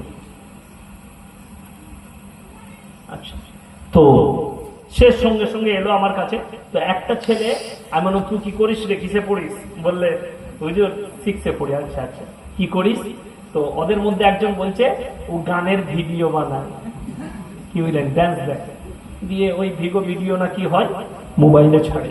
বলছে আপনার সঙ্গে সেলফি নিবে। আমি বললাম তোর সঙ্গে তো সেলফি নেওয়া যাবে না, তুই তোর আইডিতে ছেড়ে দিবি, লোকে বলবে কোন খারাপ লোকের সাথে মিলবি, নিয়ত কর গান ছেড়ে দেবো, নিয়ত কর এসব ভিডিও করব না, তুই ইসলামিক ভিডিও কর, কোনো যেটার দ্বারা দিনের লাভ হবে। যেমন দেখবেন পল্লী টিভি বলে একটা টিভি আছে, যেখানে শফিকের ভিডিও, শফিক বলে একটা ছেলে আছে না? নাই, ছোট ছেলেরা আপনার সন্তানকে দেখান, একদম হারাম, ওটাকে বয়কট করুন। আপনার ছেলে নোংরা হবে, জঘন্য হবে, আপনার ছেলের চরিত্র খারাপ হবে। কেন? ও তো চরিত্রহীন। কিছুদিন আগে জেলে গিয়েছিল ধর্ষণ কাণ্ডে, কোন মেয়েকে রেপ করেছে দেখলাম মোবাইল, এখন করেছে না করেছে পুলিশ জানে, প্রশাসন জানে, তাকে অ্যারেস্ট করেছিল। 17 বছরের ছেলে বলছে কোন মেয়েকে রেপ করেছে। কেন? আমি আপনাদেরকে বলে দিই, দুঃখের সঙ্গে বলছি, আপনার সন্তানকে হালাল জিনিস শেখান, হারাম নয়। আমি ইয়াসিন আমার জলসা ছাড়ার পরে যদি একটা লোক নামাজি হয়, উপকার হলো না? হলো না? কথা বলে না? একটা লোক যদি মদ ছাড়ে ইউটিউবে দেখে, আপনি জানেন কত লাখ লাখ কোটি কোটি হিন্দু ভাইরা জলসা শুনে না? শুনে আমাকে অনেকজন ফোন করে, হুজুর আপনার জলসা শুনি, আমি একজন অমুসলিম ভাই, ভালোবাসি, আপনি ভালো কথা বলেন, আমি দোয়া দিই আল্লাহ তোমাকে ইসলামের জন্য কবুল করে নেন, আমি এই দোয়া করি, আল্লাহ তোমাকে হিদায়াত দেন, আমি এই দোয়া করি। আজকে শুনে নেন, ইসলামের ক্ষতি কোথা থেকে এসছে? আমাদের মতো হুজুরদের কাছ থেকেই ক্ষতি এসছে না? আসেন, মোবাইল খুললে দেখতে পাবেন ক্ষতি। আজকে মুসলমানের যে ক্ষতিটা আমাদের নিজেদের কারণে। এমন বলে দিই, আপনারা যেগুলো দেখছেন এগুলো বাহ্যিক। স্টেজে আমাকে দেখতে পাবেন আমি কারো বিরুদ্ধে বলি না, কখনো কখনো জোশ চলে এলে আমি কারো বিরুদ্ধে বলি, তো আবার কোন বক্তা আমার বিরুদ্ধে বলছে, এরকম আপনারা দেখতে পান, কিন্তু এটা বাহ্যিক, ভেতরটা কিন্তু আলাদা। ভেতরটা কি বললাম? আলাদা। রাজনীতিবিদের নেতাদিকে যেমন দেখছেন একে অপরকে গালি দিচ্ছে, অ্যাসেম্বলিতে এক জায়গায় বসে একটা টেবিলে চা খাচ্ছে। আমি চ্যালেঞ্জ দেবো, ইউটিউব খুলে আর ফেসবুক খুলে দেখেলেন, অ্যাসেম্বলির গেটেতে দেখা হয়েছে নওশাদ ভাইয়ের আর শওকত মোল্লা, গলা ধরে বলছে ইনি আমাকে খুব বলেন, হেসে হেসে দুজন মিলে কথা বলছে। তাহলে কি বললেন? তাহলে তো ওইখানে আগে হাত দেয়, শালা তো আমাকে কি বলে হিলবে, বলে হিলবে, আগে মারামারিটা পুরা কর। কথাটা বুঝতে পেরেছেন না পারেননি আমার? সেম কেস হচ্ছে বক্তাদের, সেম কেস। আমি কোন রাজনৈতিক বক্তা নয়, কিন্তু সেম জিনিসটা হচ্ছে আমাদের। জলসা করে যাচ্ছি কোলাঘাট, আপনাদের মেদিনীপুরে খড়গপুরে জলসা করেছি হাতিহালকায়। কোলাঘাটে দাঁড়ালাম, কোলাঘাটে দাঁড়িয়ে চা খাবো, ড্রাইভারকে বললাম তো পাঞ্জাবিদের হোটেল, অনেক ছেলে ভালোবাসা, আমাকে বললো হুজুর আসুন সেলফি নেবো, একটু ফটো তুলবো, ওখানে বসুন। আমি গিয়ে বসলাম, আর একজন ফুরফুরার হুজুর সাহেব ঢুকলেন। আরে ইয়াসিন ভাই, আসসালামু আলাইকুম, কেমন আছেন? চাটা আজকে আমি পয়সা দেবো। আমরা আলহামদুলিল্লাহ, আমি খাবো, তুমি দাও। কি কি খাবে? বলে দাও একটা চিকেন স্যান্ডউইচ। একটা স্যান্ডউইচ খেলাম, চা খেলাম, পয়সা উনি মিটাবেন, ঝামেলা নাই। কিন্তু আপনি মনে করছেন শালা ওর কথা মানবো না, ইয়াসিনের কথা মানবো। ঠিক নেতাদের মতো হাল বক্তাদের। আজকে বড় কষ্ট লাগে, দুঃখ লাগে, আপনি হক বুঝতে শিখেননি। অনেক মানুষ সাধারণ মনে মনে করবেন কোন বক্তার কথা শুনবো, কোন মৌলবীর কথা শুনবো, এইটা বলছে, ও ওটা বলছে, কারটা ঠিক কারটা ভুল, আপনারা কনফিউজ। আপনাদেরকে একটা কথা বলি, আপনাদের এখানে সবজির বাজার পেস্তুরি আছে তো? এখানেও আছে, ওই বাজারটাই আছে জগন্নাথপুরে। আচ্ছা, কোন লোককে দেখেছেন বুদ্ধিমান লোক সকালবেলায় গিয়ে বলবে পচা টমাটো ভরবে? এরকম লোক আছে আপনাদের দেশে? না। কেউ বলবে যে পচা আলুগুলো ভরে দে? আপনি আলুটা দেখে নিবেন, টমাটোটা হাত দিয়ে দেখে নিবেন, লেন না পচা দিবি, ভালো দেখে দেন। ফুলকপিটা দেখে নিবেন, আপনি পচা আলুটা চিনতে পেরেছেন, পচা টমাটো চিনতে পেরেছেন, পচা মাছটা প্যাকটা টিপে দেখে নিলেন মাছটা পচা কিনা। পচা মাছ চিনতে পেরেছেন, আর পচা হুজুর চিনতে পারেন যে কোন মালটা পচা? আমি সুদকে হালাল বললাম, কথা বলে না, সুদকে হালাল বললাম, আমার মৃত্যুকাল পর্যন্ত বলবো না। আজকে বড় কষ্ট লাগে, আপনাদের কেশপুরের কথা বলছি। একটা গ্রামে জলসা করতে এসেছিলাম আজ থেকে 7 বছর আগে। কোন এক বক্তা অ্যাবসেন্ট ছিল, আমার এলাকায় জলসা ছিল, আমাকে এসে বললে ভাই আপনাকে 12টাতে চাপতে হবে। তো আমার একটা মিল মালিকের বাড়িতে প্রোগ্রাম ছিল, আমি তাড়াতাড়ি এসার সময় ছেড়ে দিয়ে চলে এলাম। এসে ঢুকলাম 10টায়, আমার টাইম 12টায়। একজন হুজুর সাহেব চেপেছে, পাখির গল্প ধরেছে, পাখির গল্পটা শেষ হতে আর জলসা শেষ হতে 10 মিনিট বাকি আছে। আমি স্টেজে গেলাম, তখন একটা বয়স্ক লোক বলছে হুজুর পাখিটা এখনো উড়লনি। তখন হুজুর কি বলছে জানেন? বাবা নিরামায়েরাম, আবার আগামী বৎসরে দাওয়াত দিবেন বাবা, আমি পাখিটাকে উড়িয়ে দেবো। আর আগামী বৎসরে 2 ঘন্টা, এখনই তো পাখিটা উড়লো না। কোন একটা হাদিস কোরআন, একটা উম্মতের ভালাই, একটা হারাম হালাল, একটা নামাজ রোজা, কোন কথা নাই।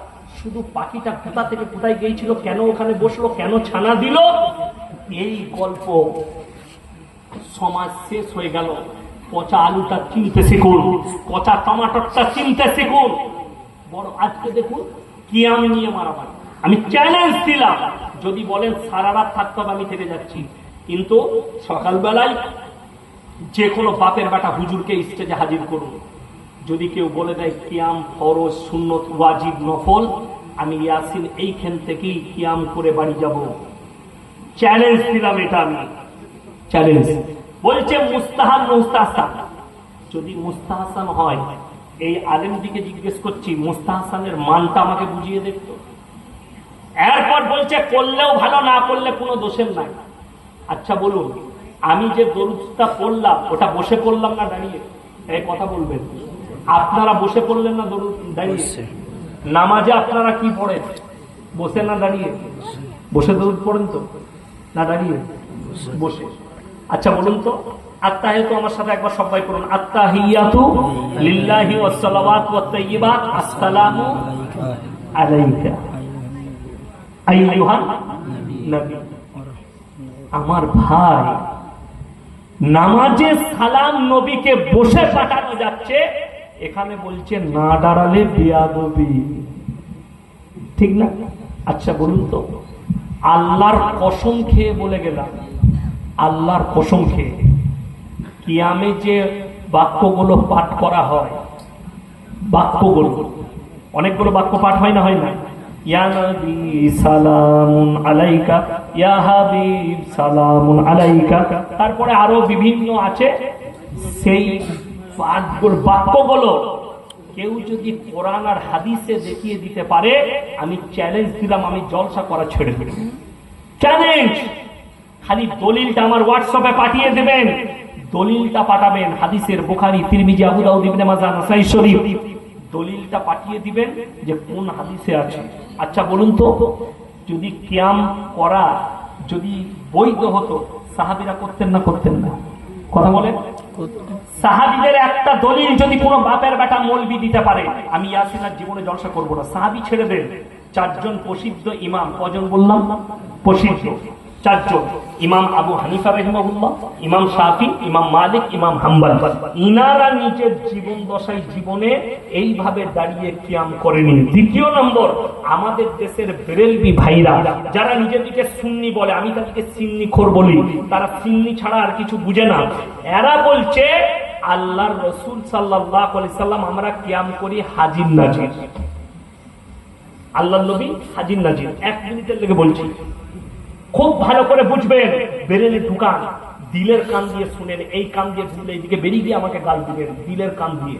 1 মিনিটের লেগে ভাবুন, আল্লাহ রাসূল সাল্লাল্লাহু আলাইহি সাল্লাম হাজির নাজির। যদি এই স্টেজে আল্লাহর নবী হাজির হয়, সেখানে ইয়াসিনের আর এই মৌলবীদের আর কোনো মূল্য থাকবে?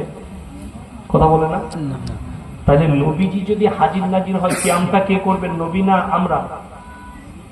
নবীজির জীবন দশায় পৃথিবীতে কোন সাহাবী কোনদিন নামাজ পড়িয়েছেন? কথা বলে না? নবীজির পেছনে কেউ নবীজি কারোর পেছনে নামাজ পড়েননি। নবীজি দুনিয়াতে যতদিন ছিলেন, সে বুখারী শরীফের হাদিসে আছে, নবীজি সাল্লাল্লাহু আলাইহি সাল্লামের ওয়াফাতের হাদিস, শেষ জিন্দেগীর শেষ জীবনের নামাজ দুজন সাহাবীর কাঁধে হাত রেখে পাগুলো ছেঁচুড়ে নিয়ে গিয়ে মসজিদে নববীতে দাঁড় করিয়েছেন, নবীজির নামাজ আদায় করেছেন। তখন কারোর পেছনে নবীজি শেষ জিন্দেগীর শেষ ওয়াক্তের নামাজটাও কোন সাহাবীর পেছনে পড়েননি। কেন? সে বলবে আমার গুরুত্ব বেশি, আমার পেছনে নামাজ পড়েছে। আর আপনি ভেবে দেখুন, আল্লাহর নবী এখানে হাজির হবে, আল্লাহর নবী যদি হাজির হয় আর আমি যদি বলি যে আমি দাঁড়িয়ে কিয়াম করব, নবীর বিয়াদবি না বিয়াদবি না? তাহলে তোর থেকে বড় বিয়াদব কে আছে যে নবীকে হাজির নাজির বলে দিয়ে আবার তুই কিয়াম করছিস? বড় আশ্চর্য বিষয়, দুঃখের বিষয়। এইগুলো হচ্ছে ভুয়ো কথা, সমাজে বিভ্রান্তমূলক কথা। দ্বিতীয় নম্বর, শুনেলেন, বড় পীর আব্দুল কাদের জিলানী রহমতুল্লাহ আলাইহি জবরদস্ত আল্লাহর ওলি। ইমানদারির সঙ্গে বলুন, নবীজি সাল্লাল্লাহু আলাইহি সাল্লামের মর্যাদা বেশি না বড় পীরের মর্যাদা বেশি? জোরে বলুন, আমি কানে কান। নবীজির মর্যাদা বেশি।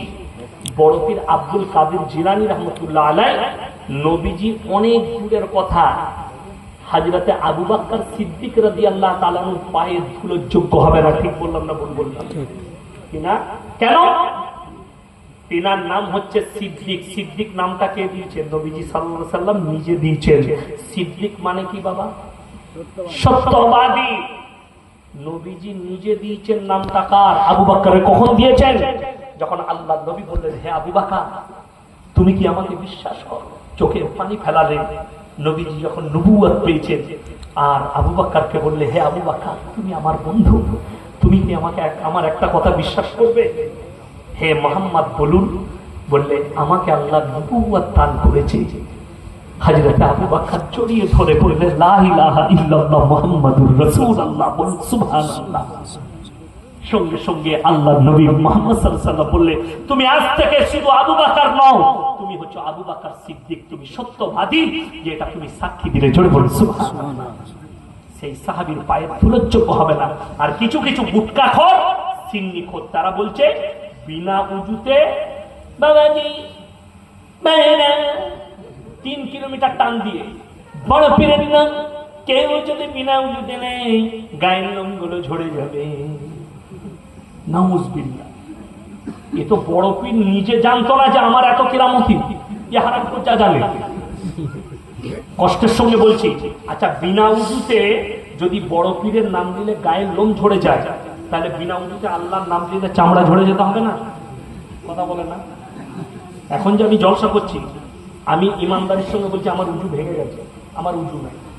কথা বলে, আচ্ছা উজু না থাকলে কোরআন পড়া যাবে না? খালি উজু কোন মৌলবি যদি বলে পড়া যাবে না, ভুল কথা। খালি মুখে কোরআন পড়া যাবে, হাদিস পড়া যাবে, তাকরীর করা যাবে, কোনো অসুবিধা নাই।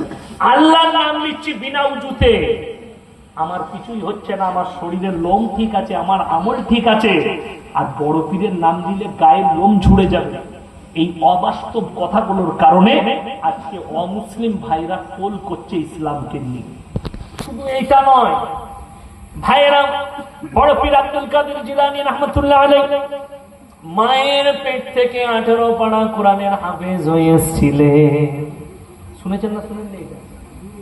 আর বাস্তবতা যদি কেউ প্রমাণ করাতে পারে, আপনি ভেবে দেখুন, যদি বড় পীর আব্দুল কাদের জিলানী রাহমাতুল্লাহ আলাইহি মায়ের পেট থেকে 18 পারা কোরআন পড়ে আসা, মুখস্থ করে এসেছে, এটা যদি সত্য হয়, আল্লাহ নবী সাল্লাল্লাহু আলাইহি ওয়াসাল্লাম মায়ের পেট থেকে নবুয়ত পেয়েছিলেন? কথা বলে না? দাউদ কখন শুরু করেছিলেন কালমার দাওয়াত? 40 বছর বয়সে। আমার আল্লাহ যখন বুঝতে পারলেন যে এই মানুষের, আপনারা বলুন, এখন যদি কোনো স্টেজে আমরা বাপ বেটা যাই, আমি 2 ঘন্টা বলি, আমার আব্বা যেন 40 মিনিট বলে, মূল্যটা তার কার বেশি হবে? কথা বলে না? এখানে যত বড়ই বক্তা চলে আসুক, শওকত সাহেব এসছে মানে সে যদি 10 মিনিট বলে, তার মূল্য বেশি। ঠিক বললাম না ভুল বললাম? আপনাদের জন্য 10 মিনিটটাই আহার, তামিল মারাত্মক লোক। তাহলে আপনি ভেবে দেখুন, কার জন্য কি বলছে, কার জন্য কোন কথা বলছো? বড় পীর আব্দুল কাদের জিলানী রাহমাতুল্লাহ আলাইহি জবরদস্ত আল্লাহর ওলি। নবীজি সাল্লাল্লাহু আলাইহি সাল্লামকে আল্লাহ 40 বছর বয়সে নবুয়ত দান করলেন।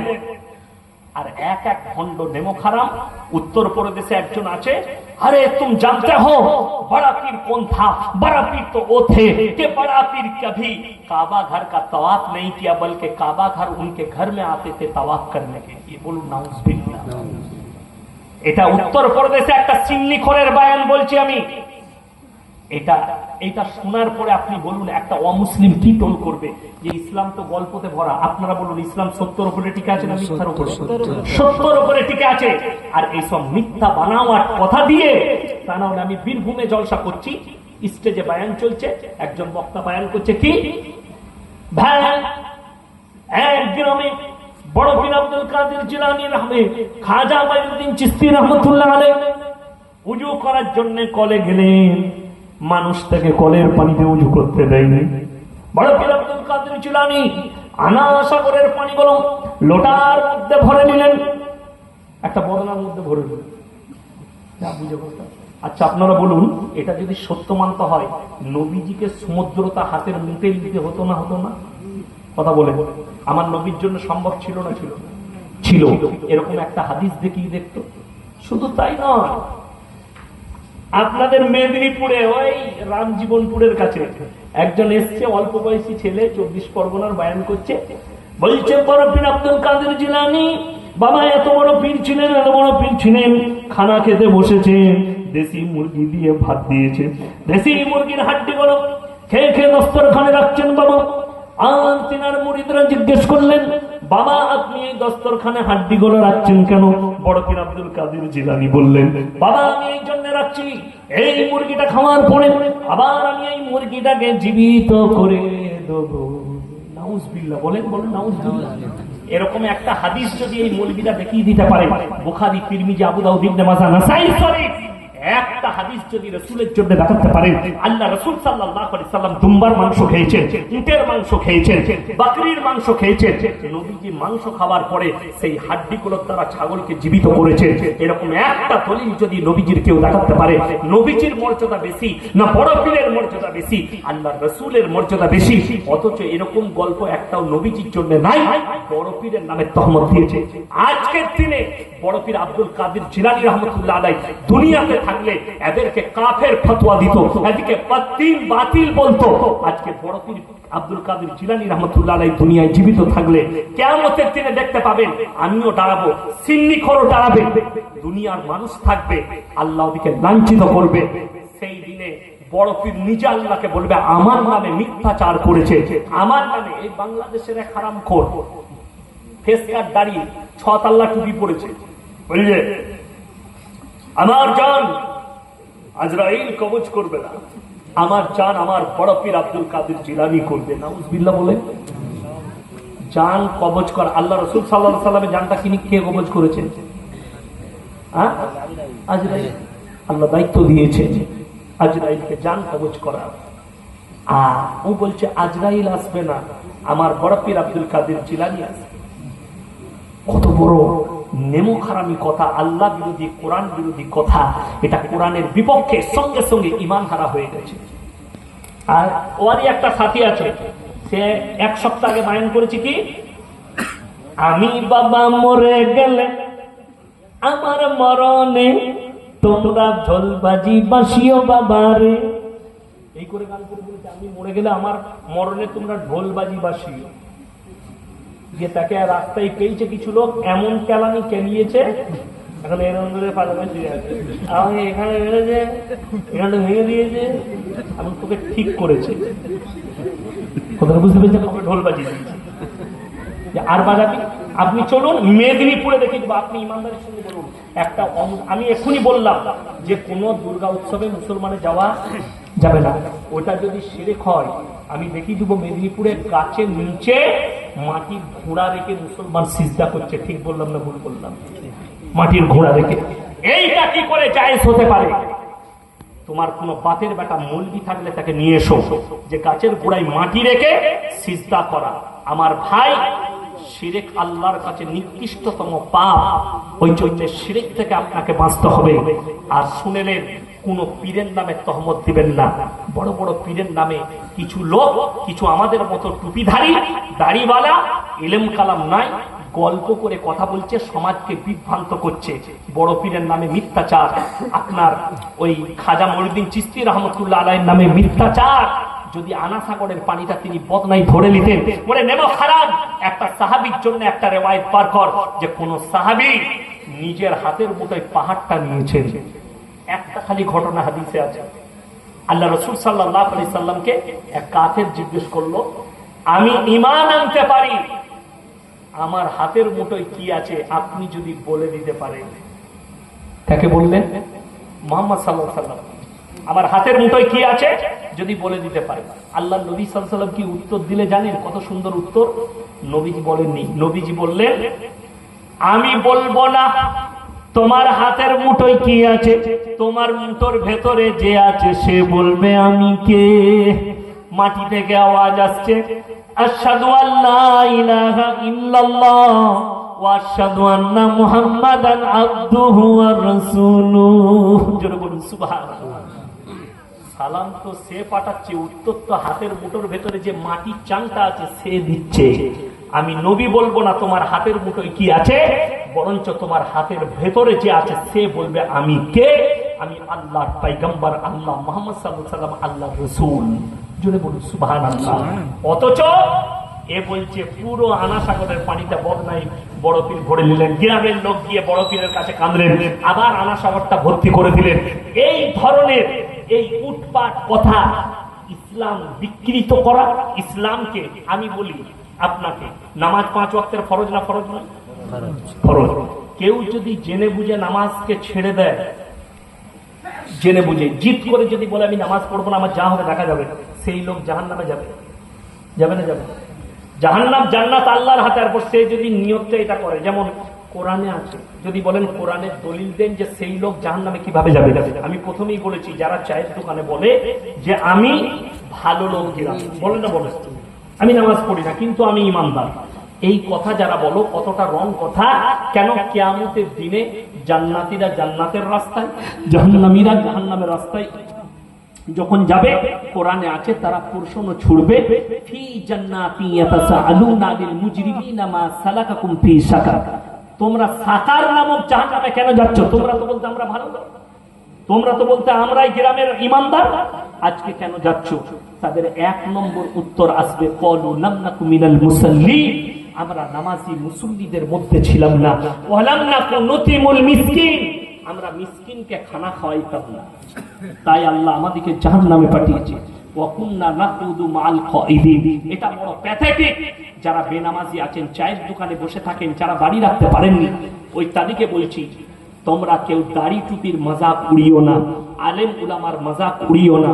তারা বলবে অঙ্গীকার করে, আমরা আলেম উলামা দাড়ি টুপি ওয়ালাদের মজাক উড়াতাম, নামাজিদের মজাক উড়াতাম, আমরা তাদের সঙ্গে হই দিতাম। তাই আল্লাহ আমাদেরকে জাহান্নামে পাঠিয়েছে।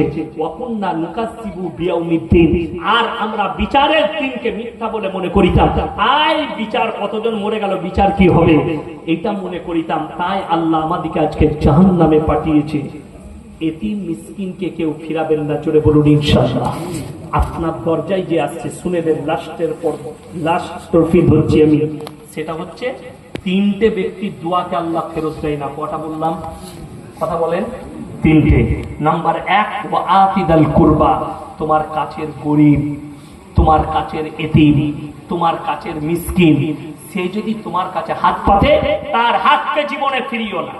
চাচা, আল্লাহ তো আপনাকে অনেক দিয়েছে, আমার না খুব অসুখ, আমি ওষুধ কিনতে পারিনি, এত করে লিখে দিয়েছে, ওষুধটা এনে দেন, না হলে আমাকে 500 টাকা দিলেই ওষুধটা হয়ে যাবে, আমি টাকার জন্য ওষুধ কিনতে পারিনি। লুকিয়ে পকেটে ভরে দেন, এলা তুমি ওষুধ কিনে নাও। কাছের মানুষ, তাকে দোয়া করতে হবে না, সে খালি বলবে আল্লাহ তুমি আর মঙ্গল করো, আমাকে ওষুধ কেনার পয়সা দিয়েছে, সে খালি আলহামদুলিল্লাহ বলবে, এটাই তোমার জন্য মঙ্গলের হবে। সে যে দোয়াটা তোমার জন্য করবে আল্লাহ কবুল করে নেবে, জোরে বলুন সুবহানাল্লাহ। ওয়াল ইয়াতামা ওয়াল মাসাকিন, আর এতিম আর মিসকিন যদি আপনার কাছে হাত পাতে, আপনি যদি 1 টাকা দান করতে পারেন, মনে মনে ভাববেন আল্লাহ তুমি আমাকে দেনেওয়ালা বানিয়েছো, আমাকে হাত পাতনেওয়ালা বানাও। দেনেওয়ালা বানিয়েছো, হাত পাতনেওয়ালা আমাকে বানাও। আপনি মনে মনে ভাববেন। কেউ কি 10 টাকা দিচ্ছেন না, আপনি তার মুখের দিকে তাকিয়ে ভাববেন আর চোখের পানি সিজদায় ফেলাবেন, আল্লাহ ওই জায়গায় যদি আমি থাকতাম, আর আমার জায়গায় যদি ওই ব্যক্তি থাকতো, এটা একবার ভেবে দেখবেন। আপনার দরজায় যদি কেউ এসে দাঁড়ায়, আমার মায়েরা বোনেরা, অনেক সময় মাদ্রাসাওয়ালারা আসে না, আসে, কেউ নিজের বাপের জন্য আসে, মায়ের জন্য, মায়েরা ধরলেন সিলে তিল বাড়ছে, সিলেতে হলুদ বাড়ছে, দরজায় এসছে, কই গো মা, কেউ আছেন, 2টি চাল দিবেন? এখন কাজে ব্যস্ত আছি, অন্য ঘরে যাও। ও কাজে লেগে আল্লাহ নারাজ হয়ে যাবে। বাবা একটু অন্য ঘর থেকে আসুন, আমি একটু সিলে বাঁটছি, বাবা বেটে নিই, তারপরে দেবো, আপনি পাশের ঘরে একটু দেখে নেন। এটা হচ্ছে আপনার মার্জিত ভাষা, একটা ভিক্ষুককে আপনি দিতে পারবেন না। ভাই আমি নিজে গরিব, কিছু মনে করবেন না, আপনাকে দোয়া দিচ্ছি, আল্লাহ আপনার বরকত দেখ। আমি নিজেও লোকের কাছে চেয়ে খাই, আমার কাছে কিছুই নাই দিবার মতো, তবে দোয়া দিলাম। সেই মানুষটা ঘুরিয়ে আপনার জন্য দোয়া করবে, আল্লাহ এই লোককে পয়সা দাও, দান করবে। এটা ভাববেন। দান করে যাচ্ছে মানে এটা লয়, ইয়াসিন সাহেব যখন দান করতে বলে আমার বউ খেতে পাক আর না পাক সব দিবে, তখন ঘুরিয়ে তুমিও মার খাবে, আমিও খাবো। ওটা ইসলাম বলে মধ্যম পন্থা। তোমার বাড়িতে ছেলে মেয়ের তোমার খাবার রেখে বাকিটা দান করো, মাথায় রাখবেন। আমি আসার সময় সিয়ারা বাজারের কাছে একটা দোকানওয়ালার কাছে দাঁড়িয়েছিলাম, আমি কি পরামর্শ দিলাম, এখানে অনেক ব্যবসায়ী আছেন, ব্যবসায়ী কে কে আছেন হাত তুলেন, ব্যবসায়ী কে কে আছেন হাত তুলেন, ব্যবসা আছে, ব্যবসা আছে, হাত তুলেন, হাত তুলেন একবার জোরে, আর বলুন আমার কথাটা আমল করবো, বলুন ইনশাআল্লাহ করবেন তো। ব্যবসার বরকত যদি চান, মারাত্মক 3টে আমল করবেন, বলুন ইনশাআল্লাহ। নাম্বার 1 হচ্ছে আপনি 5 ওয়াক্তের নামাজি হন। নাম্বার 2, বাড়িতে প্রত্যেকদিন বিবিকে বলুন সূরা ওয়াকিয়া তেলাওয়াত করবে। আল্লাহ রাসূল হাদিস বর্ণনা করেছেন, যে বাড়িতে সূরা ওয়াকিয়া তেলাওয়াত হয় আল্লাহ তাদের কামায়ে বরকত দেয়, জোরে বলুন সুবহানাল্লাহ। নাম্বার 3 হচ্ছে ব্যবসার সদকা। একটা ডিব্বা রেখে দেন, বাড়িতে হোক আপনার দোকানে হোক, সকালবেলায় ফজরের নামাজের পরে গিয়ে দোকান খোলার আগে আপনি 10 টাকা সাদকা ভরে দেন, আমার ব্যবসার জন্য সাদকা। সেই সাদকাটা বছরের শেষে হিসেব করলেন যে আপনার 3000 হয়েছে কিংবা 4000 টাকা হয়েছে। 4000 টাকা হলো, আপনি খোঁজ নিলেন যে কোন ছেলে বই কিনতে পারছে না, গরিবের ছেলে, কোন ছেলে মোল্লা পড়তে যাবে কিতাব কিনতে পারছে না, কে তার মেয়ের বিয়েতে চালটা কিনতে পারেনি, আমার কাছে সাদকার 4000 টাকা আছে, তুমি এতিম, এই সাদকার পয়সাটা নিয়ে যাও, চালটা কিনে নিবে, আপনি নেকি পাবেন আর ব্যবসায় বরকত আসবে। সাদকার দ্বারা মারাত্মক দুটো জিনিস। এক নম্বর হচ্ছে বালা মুসিবতকে আল্লাহ দূর করে দেয়, বলুন সুবহানাল্লাহ। যত বালা মুসিবত থাকে, কিন্তু আমাদের দেশের লোক সাদকা দিয়ে বালা মুসিবত দূর করবে না, তাবিজ দিয়ে। কি দিয়ে বললাম? তাবিজ দিয়ে। ভালো হুজুর খোঁজ, কে তাবিজ দিলে বালা মুসিবত দূর হয়ে যাবে। তাবিজে যদি বালা মুসিবত দূর হতো, তাহলে তো হুজুরদের কাছে আর জীবনে বালা মুসিবত আসতো না। ঠিক বললাম না ভুল বললাম? এই যে ঠিক না ভুল? হ্যাঁ, আমাদের কাছে রোগ জ্বালা কেন আসতো? তাবিজ মারতাম, সব সেরে পালিয়ে যেত। কিন্তু মিথ্যা কথা। তাবিজের দ্বারা আপনার বালা মুসিবত দূর হয় না। নাম্বার এক, সবাই দোয়া করবেন। কি দোয়া? যদি আপনার কাছে কষ্ট থাকে, বালা মুসিবত থাকে, আপনার ঋণ দেনা থাকে, ফজরের পরে 100 বার বলবেন লা ইলাহা ইল্লা আনতা সুবহানাকা ইন্নী কুনতু মিনাজ জালিমিন। সূরা ইউনূস রাতে 100 বার, ফজরের পরে 100 বার, এশার পরে 100 বার পড়লেন। আল্লাহ চাইলে আপনার বালা মুসিবতকে দূর করে দিবে। আর সাদকা করতে থাকুন। সাদকার দ্বারা অনেকজন এখন প্রশ্ন করবেন, তাইলে আম্বানি এত বড় লোক হলো কি করে, আদানি এত বড় লোক হলো কি করে? আমার ভাই, একটা কথা মাথায় রাখবেন, আল্লাহ পয়সা দুজনকে দেয়, বেঈমানকে এবং ইমানদারকে। ইমানদারকে পয়সা দেয়, তার মাল তাকে জান্নাতে নিয়ে যাবে। বেঈমানকে পয়সা দেয়, তার মাল তাকে কিয়ামতের দিনে আঁকড়িয়ে জাহান্নামে প্রবেশ করাবে। আপনার মাল আপনাকে জান্নাতে নিয়ে যাবে কেন? যে হাতে 10টা টাকা রেখেছেন, সেই হাত সাক্ষী দিবে কিয়ামতের দিনে। আপনাদের জানা আছে, কোরআনে আছে সূরা ইয়াসিন, আল ইয়াউমা নাখতিমু আলা আফওয়াহিহিম ওয়া তুকাল্লিমুনা আইদিহিম ওয়া তাশহাদু আরজুলুহুম বিমা কানু ইয়াকসিবুন। আমি কিয়ামতের দিনে মানুষের জবানগুলো বন্ধ করে দেব। তাদের হাত কথা বলবে, তাদের পা কথা বলবে, তাদের কান কথা বলবে, তাদের চোখ কথা বলবে, তাদের অঙ্গ প্রত্যঙ্গকে আমি আল্লাহ কথা বলার যোগ্যতা দান করব। তারাই সাক্ষী দেবে। আপনি যে হাতে 10 টাকা দিয়েছেন, সেই হাত বলে দিবে, আল্লাহ আমি সাক্ষী দিচ্ছি, এই হাতের দ্বারা অমুক ব্যক্তিকে 10 টাকা দান করেছে, এই হাতের দ্বারা এই মানুষের উপকার করেছে। মাথায় রাখবেন, কারোর উপকার করতে পারেন আর না পারেন, ক্ষতি কিন্তু কারোর করতে চাইবেন না। আলহামদুলিল্লাহ। কেন ক্ষতি করবেন না? আমাদের দেশে কিছু লোকের অভ্যাস আছে, কেউ পুকুরে মাছ চাষ করেছে, দেখে এলো একদিন মাছ ধরেছে, ওরে বাবরে সব 4 কেজি 5 কেজি ওজনের কাপলা, হয় না হয় না? কত মাছ বলে 22-23 কুইন্টাল হবে। মাছ বিক্রি করবে তো বিষ মেরে দেবে, তাই না? অনেকজন বিষ শুনে রেখে দেয়। এই লোক যদি জিন্দেগি ভর তাহাজ্জুদ পড়ে, কিয়ামতের দিনে আল্লাহ দাঁড় করাবেন। যতগুলো নিরীহ প্রাণী কষ্টের সঙ্গে মারা গেছে, প্রত্যেকটা জানের বদলা দিতে হবে কিয়ামতের দিনে। তবে কেউ যদি অন্যায় ভাবে কোনো প্রাণীকে মেরে থাকে, আল্লাহ সেই প্রাণীকে বলবে তুমি বদলা নিয়ে নাও, আপনার রেহাই নেই। কারো ছাগল আপনার মাঠে ধান খেয়েছে, সেই ব্যক্তিকে গিয়ে বলুন যে ভাই ছাগলটা মান, নাহলে তোর ক্লাবে বিচার দেব, তোর গ্রামে পার্টির লোককে যারা বিচারে আছে তাদেরকে বলবো ছাগলটা মান। কিন্তু আপনি দেখলেন তাকে বলে কাজ হচ্ছে না, আপনি যারা গ্রামের নেতৃত্বে আছে তাদেরকে বলুন। তা না হলে আপনি যদি ছাগলটাকে বেরিয়ে মেরে দেন, ছাগলের পা ভেঙে দেন, কিয়ামতের দিনে কেন সে অবলা জন্তু বলতে জানে? কথা বলে না, অবলা জন্তু। অনেক লোক আছে দেখবেন, গাই দোয়াচ্ছে, গাইটা এখন কোনো কারণবশত লাভ মেরে বালতিতে পা ভরে দিয়েছে, দুধটা ফেলে দিলে দড়িটা নিয়ে আসি, পাটাকে বেঁধে উদম খেলায়। এ মনে করলে খুব ভালো কাজ করলাম, চোখে পানি আসা দরকার। এইভাবে নয়, সে তার কষ্ট প্রকাশ করতে পারবে না। মানুষের ভুল হয় না? হয় না? ভুল হয়। আপনি জানেন কেমন ভুল হয়? একটা বলে দিই, এ তো বালতিতে পা ভরেছে। একজন মা, তার সন্তান হয়েছে, সন্তান সে ভুলেই গেছে আমার সন্তান হয়েছে, দিয়ে তার দুধ খেতে খেতে বাচ্চা ঘুমিয়ে গেছে, সেও ঘুমিয়ে গেছে। তার পাশে একটা ল্যাপ ছিল, শীতকালের দিন, ল্যাপটা বাচ্চার উপরে পড়ে গেছে। কখন চলে গেছে মা নিজেও জানে না। সকালবেলায় উঠে দেখছে বাচ্চা মারা গেছে, নিঃশ্বাস বন্ধ হয়ে। তার স্বামী কি পারবে তার স্ত্রীকে মার্ডার করে দিতে, তার স্ত্রীর পা ভেঙে দিতে? ওই রকমই ভুলবশত বালতিতে দুধে পা ভরে দিয়েছে।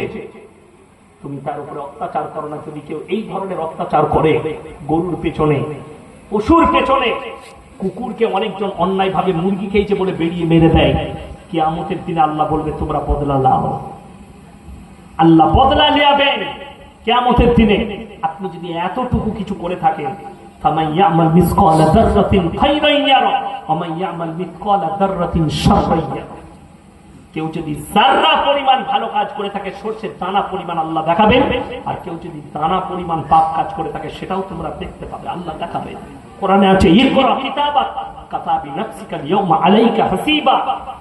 আপনার দুধের হাঁড়ি বিড়াল খেয়ে ফেলছে, বিড়াল অপরাধী নয়, আপনি সাবধান হন। কেন? রুজির মালিক সকলে বলুন কে? আল্লাহ। আপনার দরমাটা লাগাতে আপনার স্ত্রী ভুলে গেছে, রাতের বেলায় কুকুর ঢুকে, নালে শিয়াল ঢুকে 10টা খেয়ে নিয়েছে। আপনি বললেন শিয়ালটা কালকে রাতে এলে ওঁত পেতে থাক, বেরিয়ে মেরে দেবো। তার আগে তোর বউটাকে বেরিয়ে মার, যে দরমা লাগাতে ভুলে গেছে। কেউ পারে নিজের স্ত্রীকে মারতে? কেন? মানুষ মাত্রে ভুল, আর ভুল সংশোধনের জন্য আল্লাহ যার তকদিরে, যার রুজিতে যেটা লেখা আছে সে ছাড়া কেউ পাবে না। আপনি বলুন তো, গত বছরে পাকিস্তানের আর পৃথিবীর 5টা ঘনকূপ, তার মধ্যে বাপ বেটা ছিল পাকিস্তানের, 5 জন মিলে একটা সাবমেরিন ভাড়া করে সমুদ্রের তলে কাকে দেখতে গেল? টাইটানিক জাহাজকে। তাদের আজও পর্যন্ত বিজ্ঞান খুঁজে পায়নি, বৈজ্ঞানিকরা কোথায় আছে আজও পর্যন্ত। পৃথিবীর সেনারা টহল দিয়ে বেড়াচ্ছে, তাদের তাল্লাশি চলছে, তাদের এখনো নাম নিশানা খুঁজে পায়নি তাদের সাবমেরিনটা। আমি তো সেদিনে বলছিলাম, হয়তো এমন বড় প্রাণী আছে সমুদ্রের তলে, গোটা সাবমেরিন সহ গিলে খেয়ে ফেলেছে। হতেও পারে, না হবার কিছু আছে, আমরা তো কেউ জানি না কিরকম প্রাণী আছে সমুদ্রের তলে, তো তাদের নাম নিশানা খুঁজে পাই। আপনি বলুন তো, এই সাবমেরিনটা যারা ছেড়েছিল তাই তাদেরকে পিটিয়ে হত্যা করে দেওয়া দরকার নেই? লোকগুলো যখন মারা গেছে, তোমরা মেরেছ, তোমাদের তারা না, তারা তাদের মৃত্যু ওইভাবে লেখে নিয়ে এসছে, ওইভাবে মৃত্যু লেখে নিয়ে এসছে, তাই সে মারা গেছে। মুসলমান লাস্টে বলে দিই, আমার ভাই, দোয়া আপনি করতে পাবেন, কিন্তু কার জন্য? সকলে বলুন, কার জন্য? মুমিনের জন্য। কার জন্য বললাম? মুমিনের জন্য। আপনার সন্তান যদি মুমিন হয়, আপনার স্ত্রী যদি মুমিন হয়, তার লেগে দোয়া করুন। কিন্তু বেঈমানের জন্য দোয়া, মুশরিকের জন্য দোয়া করা যাবে না। আমি সেদিনে দেখলাম যে কোন একজন গায়ক মারা গেছে, আমি জানি না, চিনিও না, আমি ওসব দেখিও না, মোবাইলে এলো দেখলাম, তো কে মারা গেছে জানি না, কিছু মৌলভী সাহেব দেখছি কোরআন তেলাওয়াত করে তার নামে বক্সাচ্ছে, দোয়া করছে। মৌলভী সাহেব মাথায় টুপি আছে, দাড়ি আছে, হ্যাঁ, কোরআন তেলাওয়াত করে তার নামে দোয়া করছে। কে মরে গেছে জানি না, তবে বিশ্বাস করুন কোরআনে আছে, মা কানা লিন-নাবিয়্যি ওয়াল-লাযীনা আমানু আন ইস্তাগফিরু লিল-মুশরিকিন ওয়ালাউ কানু উলি কুরবা। বেঈমান আর কাফের মুশরিক যদি মারা যায়, হে নবী, নিকটতম আত্মীয় হলেও তাদের জন্য শোভনীয় নয় যে তুমি দোয়া করবে, এবং মুমিনের জন্য উচিত নয়। নিকটতম যদি বেটা হয় আর মুশরিক হয়ে মারা যায়, তার লেগে দোয়া করা। দোয়া কার জন্য? আবার বলুন, মুমিনের জন্য। আল্লাহ বলেন মা কানা লিন-নাবিয়্যি ওয়াল-লাযীনা আমানু, দুজনকে নসিহত করলেন, নবী এবং মুমিন, তোমরা শোনো, বেঈমান কাফের মুশরিক যদি মারা যায়, সে যদি তোমার নিকটতম আত্মীয় হয়, তার লেগে তুমি দোয়া করতে পাবে না। আমি একবার বীরভূম ডিস্ট্রিক্টে ছিলাম, ট্রেনে গেছি জলসায়, তো রাতের বেলা আমার এক বন্ধুকে বললাম, জলসায় এসো, আমাকে গাড়ি করে নিয়ে যাবে, তোমার বাড়িতে থাকবে, কালকে তোমাদের পাশের গ্রামে জলসা। তো গেলাম, রাত্রে তার বাড়িতে আছে, ফজরের নামাজ পড়ে বসে চা খাচ্ছি, আর গ্রামের একদল মানুষ চলে এলো। কি ব্যাপার? একটা মাসলা। কি হয়েছে? একটা মুসলিমদের মেয়ে কোনো এক বাগদিদের ছেলের সাথে পালিয়ে গেছে, সেখানে সে আগুন দিয়ে মারা গেছে, তাদের বাড়িতে পুড়ে মারা গেছে। যে কারণবশত মারা গেছে, জানি না কেন মরেছে, কিভাবে মরেছে সে তারা বুঝবে। তো কোথায় মারা গেছে? হসপিটালে। তাদের বাড়ি থেকে নিয়ে যাওয়া হয়েছিল পুড়ে যাওয়ার পরে। এখন বাম্মা বলছে তার লাশটা নিয়ে আসবো, দিয়ে দাফন কাফন করবো। এটা কি শরীয়ত সম্মত? আমি বললাম, তার মৃত্যুকালে তার কাছে কে ছিল? বলে কেউ ছিল না। সে ছিল কোথায়? শ্বশুর বাড়িতে, এবং শ্বশুর বাড়ি হচ্ছে মুশরিক, সে ইসলাম থেকে খারিজ, সে আর ইসলামের মধ্যে নেই। আমি বললাম না তার জানাজা পড়া যাবে, না তাকে কবরস্থানে দাফন করা যাবে।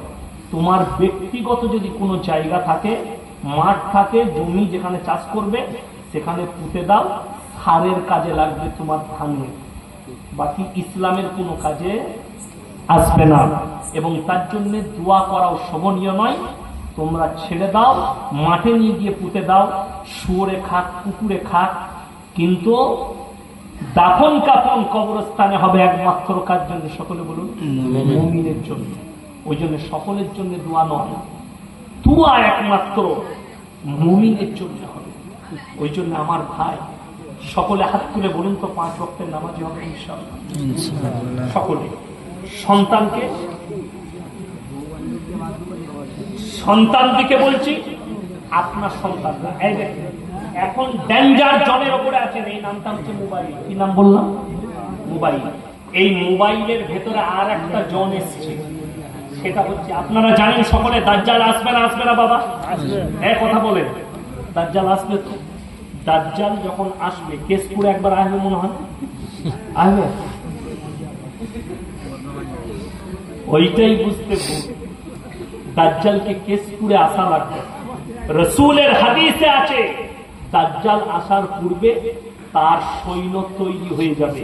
সৈন্যগুলো তৈরি হবে কোথায়? আমার আপনার ঘরেতেই তৈরি হবে। কোথায় তৈরি হবে? আপনার আমার ঘরেতেই দাজ্জালের সৈন্য তৈরি হবে। দাজ্জালের যে প্রথম ফিতনা, সেই ফিতনার নাম হচ্ছে এআই ফিতনা। মোবাইলে একটা এআই অ্যাপস এসছে, এআই পদ্ধতি। আপনি যা বলবেন সে সঙ্গে সঙ্গে আপলোড করে দেবে, সঙ্গে সঙ্গে আপনাকে 10 সেকেন্ডের ভেতরে। আমি ইয়াসিন, চুপচাপ আমার একটা ফটো তুললেন, এআই ভিডিওতে ডালবেন, সঙ্গে সঙ্গে আমার নামে নোংরা ভিডিও তৈরি হয়ে যাবে। আমার গলাতেই কথা হবে, আপনি বুঝতেই পারবেন না এটা ইয়াসিন বলেছে না অন্য কেউ বলেছে। বলবেন ইয়াসিনই বলেছে। এই পদ্ধতি চলে এসছে কেন? 2026 সালের পর থেকে বিশেষজ্ঞরা বলছে মানুষের আয়ত্তে মোবাইল থাকবে না, মোবাইলের আয়ত্তে মানুষ চলে যাবে। আমাকে এই ফোনটা গিফট করা হলো, আমার এক বন্ধু 40,000 টাকা দাম নিল। কি বললে যে Y14 না ওপো 14 কি 5G না কি বলল, আমি জানি, আমি নামও জানি না সেটা। যাই হোক, আমাকে বললে হুজুর ইউটিউবটা খুলে আপনি মনে মনে যেটা ভাবতেন সেটা চলে আসবে। আমি বাস্তব কথা বলছি, মিনিমাম 10 দিন চেক করেছি, আমি যেটা ভেবেছি সেটাই চলে আসছে। ভিডিও, যে ভিডিওটা ভাবছি সেটাই চলে এসছে। আমি একজন বিশ্ববিখ্যাত কারি শেখ আনসার মুসলিম, আর একজন হচ্ছে কারি মাআতি, মারাত্মক করা। আমি নাই করে 15 বছর ধরে তার ভিডিও খুঁজছি, তার ক্লাস খুঁজছি। আমি গত পরশুখানি এআই বলে দিয়েছি তার নামটা, তার সব ভিডিওগুলো এনে আমার সামনে হাজির করে দিল। যেখানে আছে পৃথিবী থেকে খুঁজে 10 সেকেন্ডের ভেতরে আমার কাছে আপলোড করি, 10 সেকেন্ড লাগবে। আমি তার আয়ত্তে চলে যাচ্ছি। আমার সবকিছু যেমন আপনাকে বলে দিই, দাজ্জাল মানুষকে কিভাবে হত্যা করবে, শুধু তলোয়ারের দ্বারা নয়। এই মোবাইলে এখন ফোন পে এসছে না, আসেনি? গুগল পে এসছে না, আসেনি? গুগল পে এসছে, ফোন পে এসছে, এরকম আরো অ্যাপ আসবে। টাকা আর আপনার হাতে নেই। আমি পেট্রোল পাম্পে গেলাম, তেল ভরলাম, ফোন পে থেকে মেরে দিলাম। এই যখন গোটা সিস্টেমটা মেশিনের উপরে চলে যাবে, মোবাইলের উপরে, মানুষের কাছে ক্যাশলেস হবে, ক্যাশ আর থাকবে না, সব ক্যাশ মোবাইলের ভেতরে ব্যাংকের অ্যাকাউন্টে। তখন দাজ্জালের সুবিধা হবে। যখনই আপনি বলবেন আমি তোমাকে অস্বীকার করলাম, আপনার অ্যাকাউন্ট সিজ হবে। তাদের হাতের যন্ত্র, তাদের আয়ত্তে আপনি, আপনার খানা বন্ধ। আপনি টাকা না দিলে পানি পাবেন না, টাকা না দিলে চাষ করতে পাবেন না, আপনি টাকা না দিলে দোকান নিতে পারবেন না। আপনার মোবাইলে লেনদেন, আপনার মোবাইল সিজ করে দেওয়া হবে, আপনি লেনদেন বন্ধ, আপনাকে উপোস মরতে হবে। এটাকে বলা হয় কি? দাজ্জালের ফিতনা। এই ফিতনা আসবে, আপনাকে এইভাবে জব্দ করা হবে। এখন কি দেখছেন? এই যেটা বললাম না, যে বড় পীর আব্দুল কাদের জিলানী রহমতুল্লাহ আলাইহি মুরগিটাকে জ্যান্ত করে দিলেন, এই মিথ্যা ঘটনা কেন জানেন? এই ঘটনা হাদিসে একমাত্র কার জন্য এসছে? দাজ্জালের জন্য। কেন? দাজ্জাল মানুষের সামনে মৃত মানুষকে জীবিত করে দেখিয়েছে।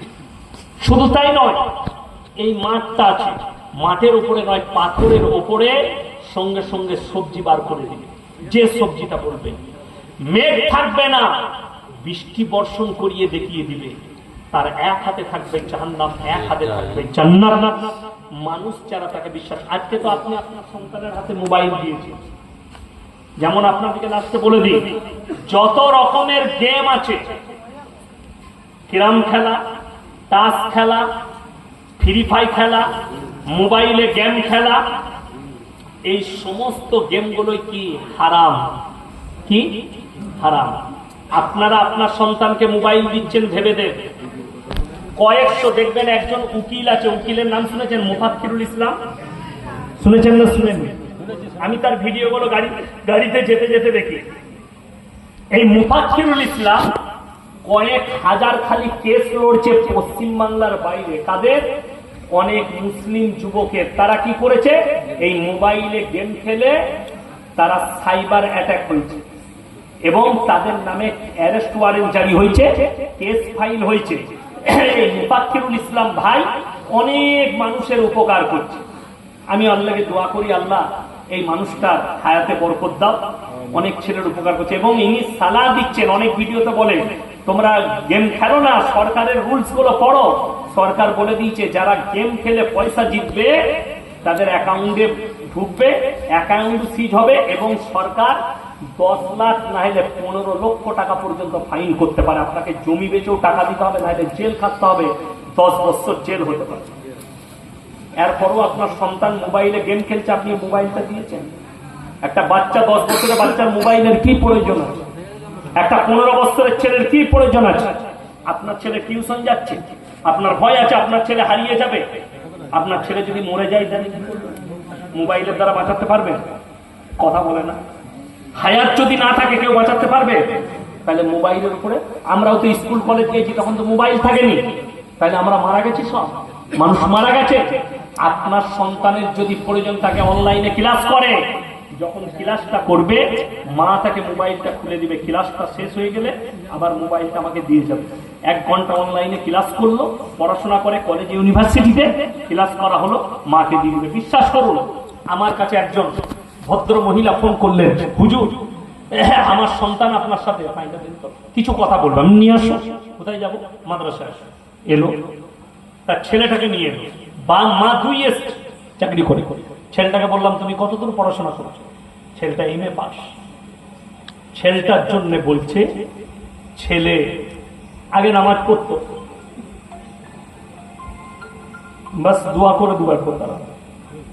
ছেলে নামাজ পড়তো, ছেলে রোজা রাখতো, সব করতো। এখন ছেলে আর কিছুই করে না। আলহামদুলিল্লাহ। কেন? এই জন্যই তাকে, সে আমাকে বলছে আমি কোন ডাক্তার দেখাবো, কি আমল করলে ভালো হবে। আমি বললাম তুই শয়তানি আমল করছিস। বলে কি আমল? বলে এই মোবাইলটা যেদিনে হারাম করে দিবে সেই দিনে তুমি ভালো হয়ে যাবে। সেই ছেলেটাকে আমি বললাম, মা বাপকে বললাম বাইরে যাও, আও দরজা লাগাও। আমি বললাম তুমি মোবাইলে রাতের পর রাত জেগে ব্লু ফিল্ম দেখো, তুমি হস্তমৈথনে লিখতো, তোমার চোখ বলে দিচ্ছে। বলছে হুজুর আপনি কি করে জানলেন? আমি বললাম তোমার গেটআপ বলছে তুমি এই কাজ করো। আমি মা বাপকে ডাকলাম, কাল ইয়ার বিয়ে দিয়ে দাও 1 সপ্তাহের মধ্যে। বলে একটা মেয়েকে ভালোবাসে, কথা হয়েই আছে। আমি এক্ষুনি বিয়ে দাও, খরচ হয়ে গেছে, ওর বিয়ে দেওয়া, রোগও ভালো হয়ে যাবে, সব ভালো হয়ে যাবে। বাম্মা কি উত্তর দিচ্ছে জানেন? হুজুর এখন তো কিছু ইনকাম করে না। আমি বললাম উঠো, আমার কাছে আর তোমাদের জায়গা নেই, চলে যাও। রুজির মালিক যখন আল্লাহ মনে করবে না, বলছে ছেলে 10,000 ইনকাম করে। আমি বললাম যে 10,000 টাকা রুজির মালিক তো আল্লাহ, যে আসবে সে নিজের রুজি মেপে আসবে। এই করে বহু পরিবার নিজের সন্তানকে নোংরামির পথে ঠেলে দিচ্ছে। আমার ছেলে পায়ে দাঁড়া, তারপরে বিয়ে দেবো, দিয়ে শেষকালে দেখছে নিজে দাঁড়াতে আর পারছে। এমন সময় বিয়ে দিতে যাচ্ছে, বিয়ের পরে আর ছেলে হবে না। কেন? সে তো বিয়ের আগে তার যৌবন শেষ করে ফেলেছে মোবাইলের মাধ্যমে, হস্তমৈথন করে তার যৌবন শেষ। ওই জন্য অনুরোধ করে যাচ্ছি, প্রত্যেকটা ভাই নিয়োগ করে নেন, আমরা আজ থেকে ইমানের উপরে টিকবো। বাচ্চা ছেলেদের হাতে মোবাইল কেউ দিবেন না, জোরে বলুন ইনশাআল্লাহ। মায়েদের একটা অভ্যাস খারাপ, ছেলে জ্বলাচ্ছে, ছোট বাচ্চা 5 বছরে তার হাতে মোবাইল দিচ্ছে, তুই খেলা কর আমি রাখলাম। এর থেকে বড় নেমো খারামি আর কিছু নেই।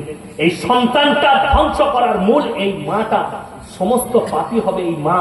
মা দিকে অনুরোধ করছি, ছেলেকে খেলনা দেন, একটা গাড়ি কিনে দেন, এই গাড়িটা নিয়ে খেলা করো, এইটা নিয়ে খেলা করো। আমরা তো আমাদের ছোটবেলায় হাডুডু খেলেছি, ক্রিকেট খেলেছি, গুলিডাং খেলেছি, ঠিক বললাম না ভুল বললাম? আমি খেলেছি। তারপরে সকালবেলায় উঠে মাঠবেল খেলতে যেতাম রবিবার, মাঠবেল ছোট ছোট গোল হতো, মাঠবেল খেলতাম। সেই খেলাটার জন্য মা মারতো, কেন? আঙ্গুলের খেলা হারাম। আঙ্গুলের যত খেলা আছে কি হারাম। বাকি আপনি হাতের তালু দিয়ে যেগুলো খেলা আছে, ভলিবল খেলুন, জায়েজ আছে। হাতের তালু দিয়ে মুঠো দিয়ে খেলা হয়, কোনো অসুবিধা নেই। কবাডি খেলুন, জায়েজ আছে। লং পোশাক পরে কবাডি খেলুন। আপনার ছেলেকে কবাডি খেলা শেখান, ভলিবল খেলা শেখান, ভলিবল প্লেয়ার তৈরি করুন, অসুবিধা নাই। ফুটবল প্লেয়ার তৈরি করুন, অসুবিধা নাই, প্র্যাকটিস করে খেলবেন। দামি দামি প্লেয়ার আছে মুসলিমদের, যারা 5 ওয়াক্তের নামাজ পড়ে। মোহাম্মদ সালাহ কোরআন তিলাওয়াত করে 24 ঘন্টা, কত সুন্দর প্লেয়ার। মিশরের প্লেয়ার মোহাম্মদ সালাহ। এরকম কত মাসুদ ওজির রোজা রেখে 20 ঘন্টা রোজা, তারপরও 1 ঘন্টা 90 মিনিট পর্যন্ত খেলেছে মাঠের মধ্যে রোজা রেখে। হাফ টাইম হয়েছে, রোজা খোলার টাইম হয়েছে, একটা খেজুর আর পানি খেয়ে আবার খেলতে লেগে গেছে। মাসুদ ওজিল আছে, খাদিরা, কত সুন্দর সুন্দর দামি দামি প্লেয়ার। পল পগবা, কত দামি প্লেয়ার মুসলিমদের। ফ্রান্সের প্লেয়াররা রোজা রেখে খেলেছে। আর আপনি আপনার সন্তানকে রোজা শেখাতে পারলেন না, আপনার সন্তানকে মানুষ করতে পারলেন না। আরে মঈন আলী বলে ইংল্যান্ডের একটা প্লেয়ার আছে, জানি, সে যখন ড্রেসিং রুমে কোরআন তেলাওয়াত করে, সমস্ত প্লেয়াররা তারা চুপ করে যায় আর হট্টগোল করে না, যে গান শুনে গান বন্ধ করে দেয়, যে কোরআনের তেলাওয়াত করছে, তাকে ডিস্টার্ব করে না। কেন? জানে সে নিজের আল্লাহকে পুকারছে। তারপরও সে নিজের ইমানকে টিকিয়ে রেখেছে, টাকার জন্য নয়, আল্লাহর জন্য। তারা দিনের উপরে যেটুকু খেলছে আল্লাহর উপরে। খালি আইপিএল এ মদের অ্যাড দিতে হবে বলে সে বলেছিল আমি আর খেলবো না আইপিএল, খেলে নিল। আমার জার্সিতে মদের অ্যাড থাকবে না। আপনি ভেবে দেখুন কতটা ইমানের মজবুতি চাই, যে মদের অ্যাড থাকবে না আমার জার্সিতে, আমি খেলবো না। এরকম ইমানদার আমরা যেন আমাদের সন্তানকে তৈরি করতে পারি। আল্লাহ তাআলা আমাদের সকলকে কবুল করুক, আজকের রাত্রিকে কবুল করুক, আজকের জলসাকে আল্লাহ কবুল করে নেন। আপনারা আমার জন্য দোয়া করুন, আমি আপনাদের জন্য দোয়া করি। আল্লাহকে বলে দিই, বাবা দোয়া করবেন